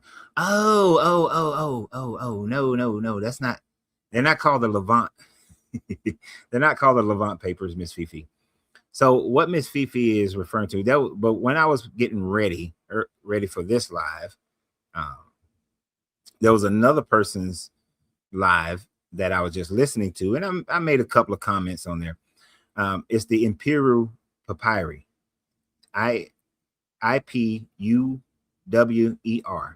Imperial Papyrus, and the Imperial Papyrus is a document that was found in Egypt, and what it does, it has these details that many Christians are trying to utilize and say that is proof of the Exodus story.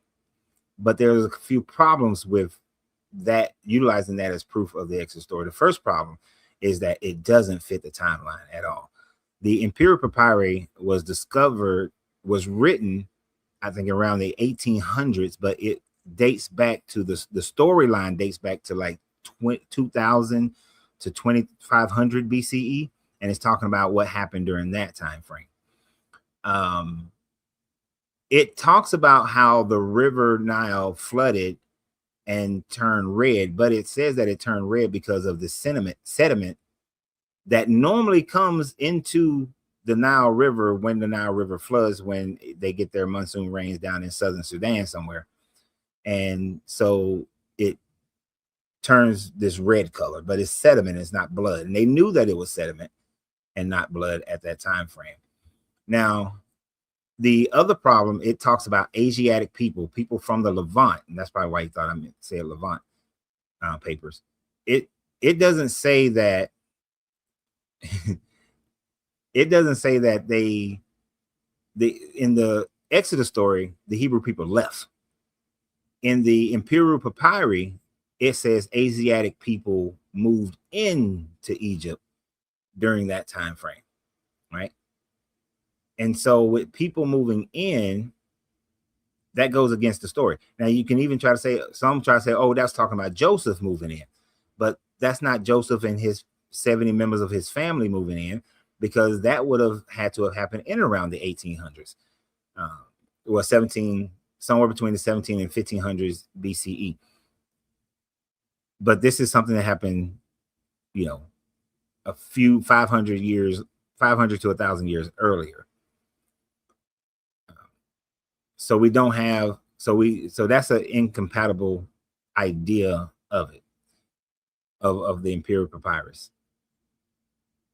The timing is just off. The people are off. It talks about how there was a plague that was going around, and that plague stripped off all the branches. And the trees all fell and the branches stripped. And they've taken that to think that this is when the hailstorm came down and struck all the trees, and that there was lack of grain. So it has a lot of these similar things that you find in the Exodus story.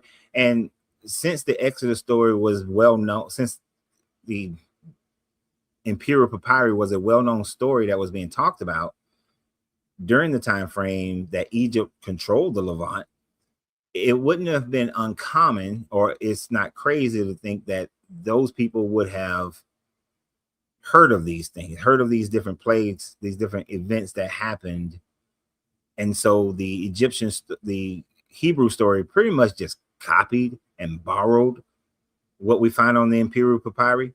And what Christians do is they try to precede it and say that the biblical narrative was being told before the Egyptians wrote this. And like the part where it's talking about how the people were moaning and groaning because of all the dead people in Egypt. Well, it just says dead people. It doesn't specifically say that, oh, the firstborns, those were the ones who died. The Imperial Papyrus talks about just a whole bunch of dead people because they were going through some type of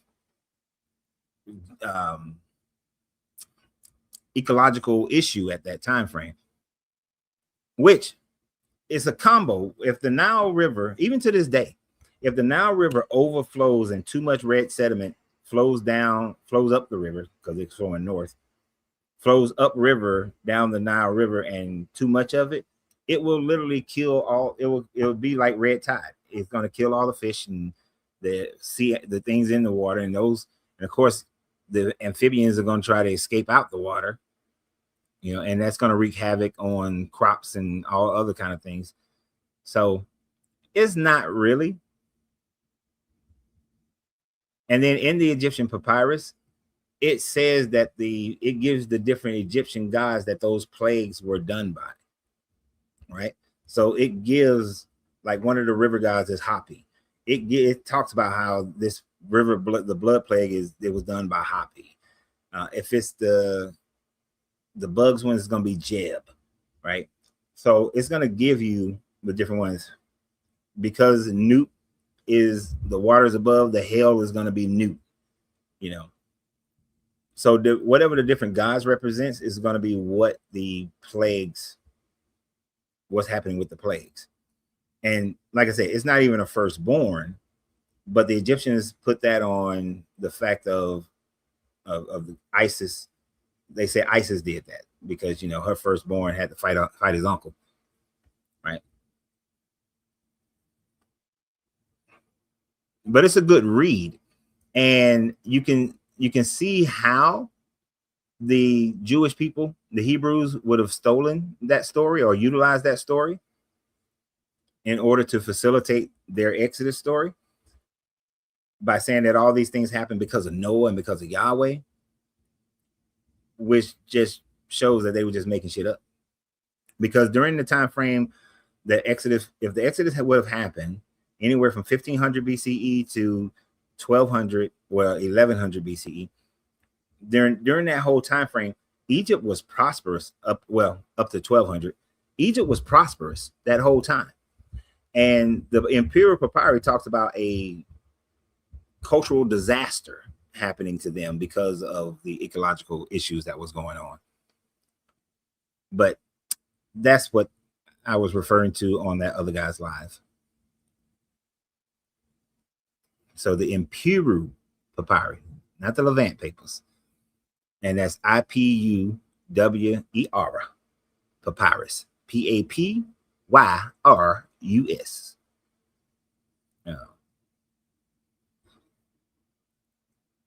So I hope that answers your question, Miss Fifi. Oh. I've been doing all this talking and I ain't even see your request to come up. How you doing, Miss Fifi? Okay, you answered my question. Oh, okay. I was just very upset earlier because there was a guy who was trying to make himself in the Deuteronomy thing where people were enslaved and shipped to another country and all that goddamn shit. Yeah, I heard him. I'm like, nigga, you are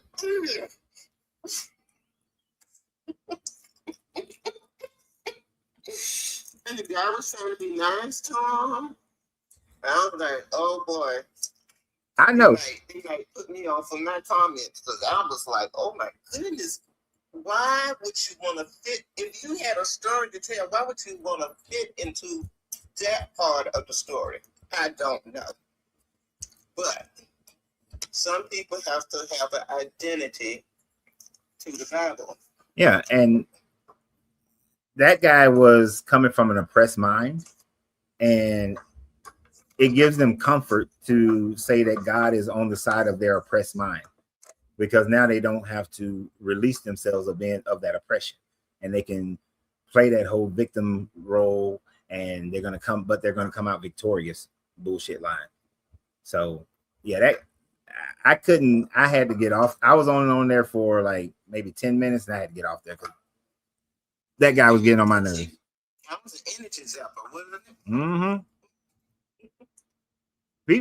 People don't know, but usually when I finish a live, I have to go and sit somewhere where I don't have to think for at least about a good hour, because some of these people, they just their level of ignorance or inability to have critical thought just drives me to a point where afterwards I just need to recuperate from all that mess.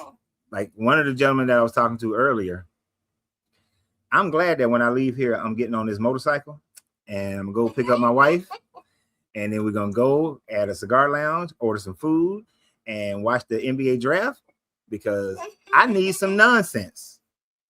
You need some nonsense. Yes, I need some. I ain't gotta think. And if this guy Ray is there, which he probably will be, Ray is fine because even though he follows the page, me and Ray don't talk about this stuff most of the time. We talk about life, other stuff. But if there's other guys there, this little Christian dude who think his degrees mean something, I am in that mood where last time I was being very polite.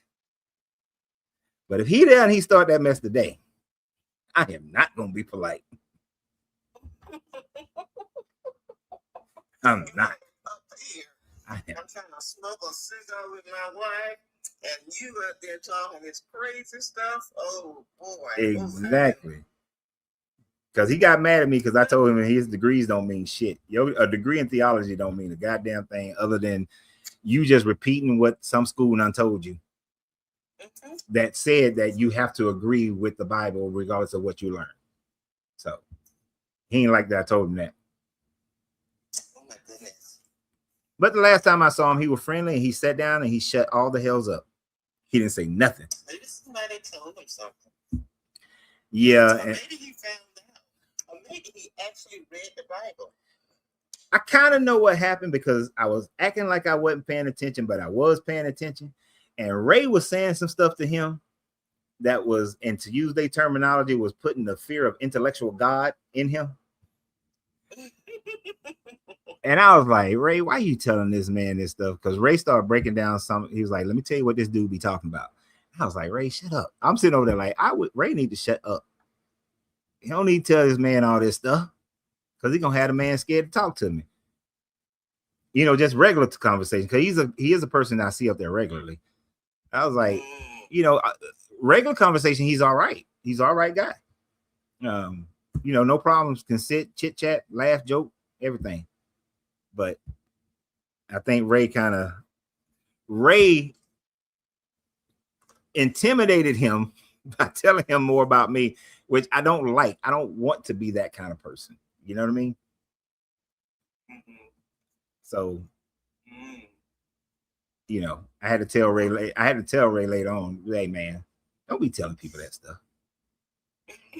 You know, because some of the stuff I told Ray in confidence because I don't talk about it here, you know. Because I tell y'all a lot of the things that I've studied and a lot of the ways I've studied, but there are certain ways that I've studied that I don't really mention too much because I don't know. I'm not embarrassed of the some of the ways I've studied. It's just that people will put too much emphasis on that. Matter of fact, I not open my mouth. So let me give you an example. Okay. So I did the 2-year. It's not a degree, but I did the 2-year religious studies program online that's offered by Harvard. Right. But if you tell people that, all of a sudden now, you know, that's where they put the emphasis of where you gain your knowledge. Whereas most of the things that I learned were me just going out there learning it, like reading different PhD papers from different people, going to these different countries, talking to museum curators, talking to other archaeologists, talking to other biblical scholars. But people will put a lot of emphasis on that 2-year program that Harvard did. Well, they still do it. You can do it with Harvard, Yale, Cambridge, Oxford. You can still do it with all of them. I just did it with them because I just wanted to see where their information, like what scholars are they utilizing, whose information are they utilizing, and it opened me up to some different scholars that I had never heard of, you know, and their information. But I still take all their information with, okay, I hear you, but I'm finna go research it some more myself. You know, and it's not like I said, it's not a degree program. It's not even a certification program. It's just like hey, you can study the same part that these guys study. But if you want that degree, you're gonna have to pay some money. I don't care nothing about a degree. Well, Harvard. Yeah. Yeah. Well, the thing about it is, I don't know. I said, when I deconstructed, it was hard because I had to leave everything behind. I had to leave my family gatherings, Christmas, Easter, all those memories. Yeah. Not the memories, but what was behind the memory. And I had to let all of that go. And so I do listen a lot to different people. And I do read a little bit, but not much. But it's mostly, around Christianity. However, I think the reason why I do it is because I'm just looking for a glimmer of hope. Mm-hmm. And I know that's not there. Exactly. You know what I'm saying? Yep. Give me a glimmer of hope. But it's no hope there. No, it's not. None whatsoever. And I'm gonna get off here in about 10 minutes, but before I do, I want you to stay on too. I'm gonna do a PSA announcement. Okay. Because I just happened to see a comment that Boss Lady made over here on TikTok. Because she's just getting home after her mammogram appointment. Okay. Y'all, I'm about to be I had no intentions of ever saying this, but what you said and what she said coming together is making me say this. Oh. So I need all the ladies, go get your mammograms. Don't wait till you're 50, 60, 70 years old. Go get them early, get them regularly. For all the guys, go get your prostate exams. Do it regularly. I know they only have to do the whole no more. Just go get it done. Most of you guys know about my friend Karen, who had developed pancreatic cancer and she died in my house. I took care of her for the last few months. But 2 weeks ago, found out at one of my older family members. I ain't telling y'all exactly who, because ain't none of your business. But she found out she got 3 lumps in her breast. 2 of them they can definitely take care of. I think today or tomorrow she should get results for the 3rd one, which that one is more aggressive, and they're either going to be able to remove it or she might have to have a mastectomy. Now, based on what you were saying, this person, they still Christian, but their mindset is more like mine. She wasn't, when I talked to her, she wasn't worried about nothing. She wasn't sitting up here, oh God, please help me, and all this kind of stuff. She was just like, if they got to do the mastectomy, they got to do it. I don't want it, but it is what it is. That was her mentality. It is what it is. And all these over this last week, she ain't worried about nothing. So I told her I ain't gonna worry. I said I don't worry about stuff anyway. But if you ain't worried about it, I'm damn sure ain't gonna worry about it. And her comment was like, "What worrying gonna do anyway? But make it worse." So I don't want to hear I don't need any, good energy, pray for yous, all that kind of stuff, because that ain't, even though I still got Christian members of my family, they don't function like that. Well, some of them don't, especially that one, don't function like that. Life is whatever life is, and they're going to roll with it. And they've had a very interesting life. So whatever comes out of it, comes out of it. But I do, because now every woman in my family, down to the 20-year-olds, are going to get mastectomies. I mean, get the not mastectomy, get the mammograms. Yeah, because you know how that works. Something happens, and all of a sudden everybody becomes aware of it. But just a PSA out there, peoples. Go out there, make sure you're taking care of yourself. That's all. That's my PSA. Because Boss Lady and Miss Fifi brought it to my mind. Because see, I wasn't even worried about it. I ain't even thought about it. I ain't even know the day that she's supposed to find out the stuff. I guess I got to be a good family member and call, right? Especially since you mentioned her today. Yeah, she don't listen to this, so we all right. she's okay. But it looks like she has a good mind, and Mm-hmm. that's where it all starts. Yeah, and she what I can tell you is that she ain't worried about no heavens and hell. She was like, it is what it is, and whatever it is. That's what it is. So she, and I told her, well, hell, you don't care, then I don't care. You don't care? I don't care. Whatever happens, we'll find out next week. She was like, exactly. And actually, she rushed me off the phone because she was like, I'm trying to watch my shows. I was like, well, all right, then. Let me get the hell off the phone so you can watch some Gunsmoke.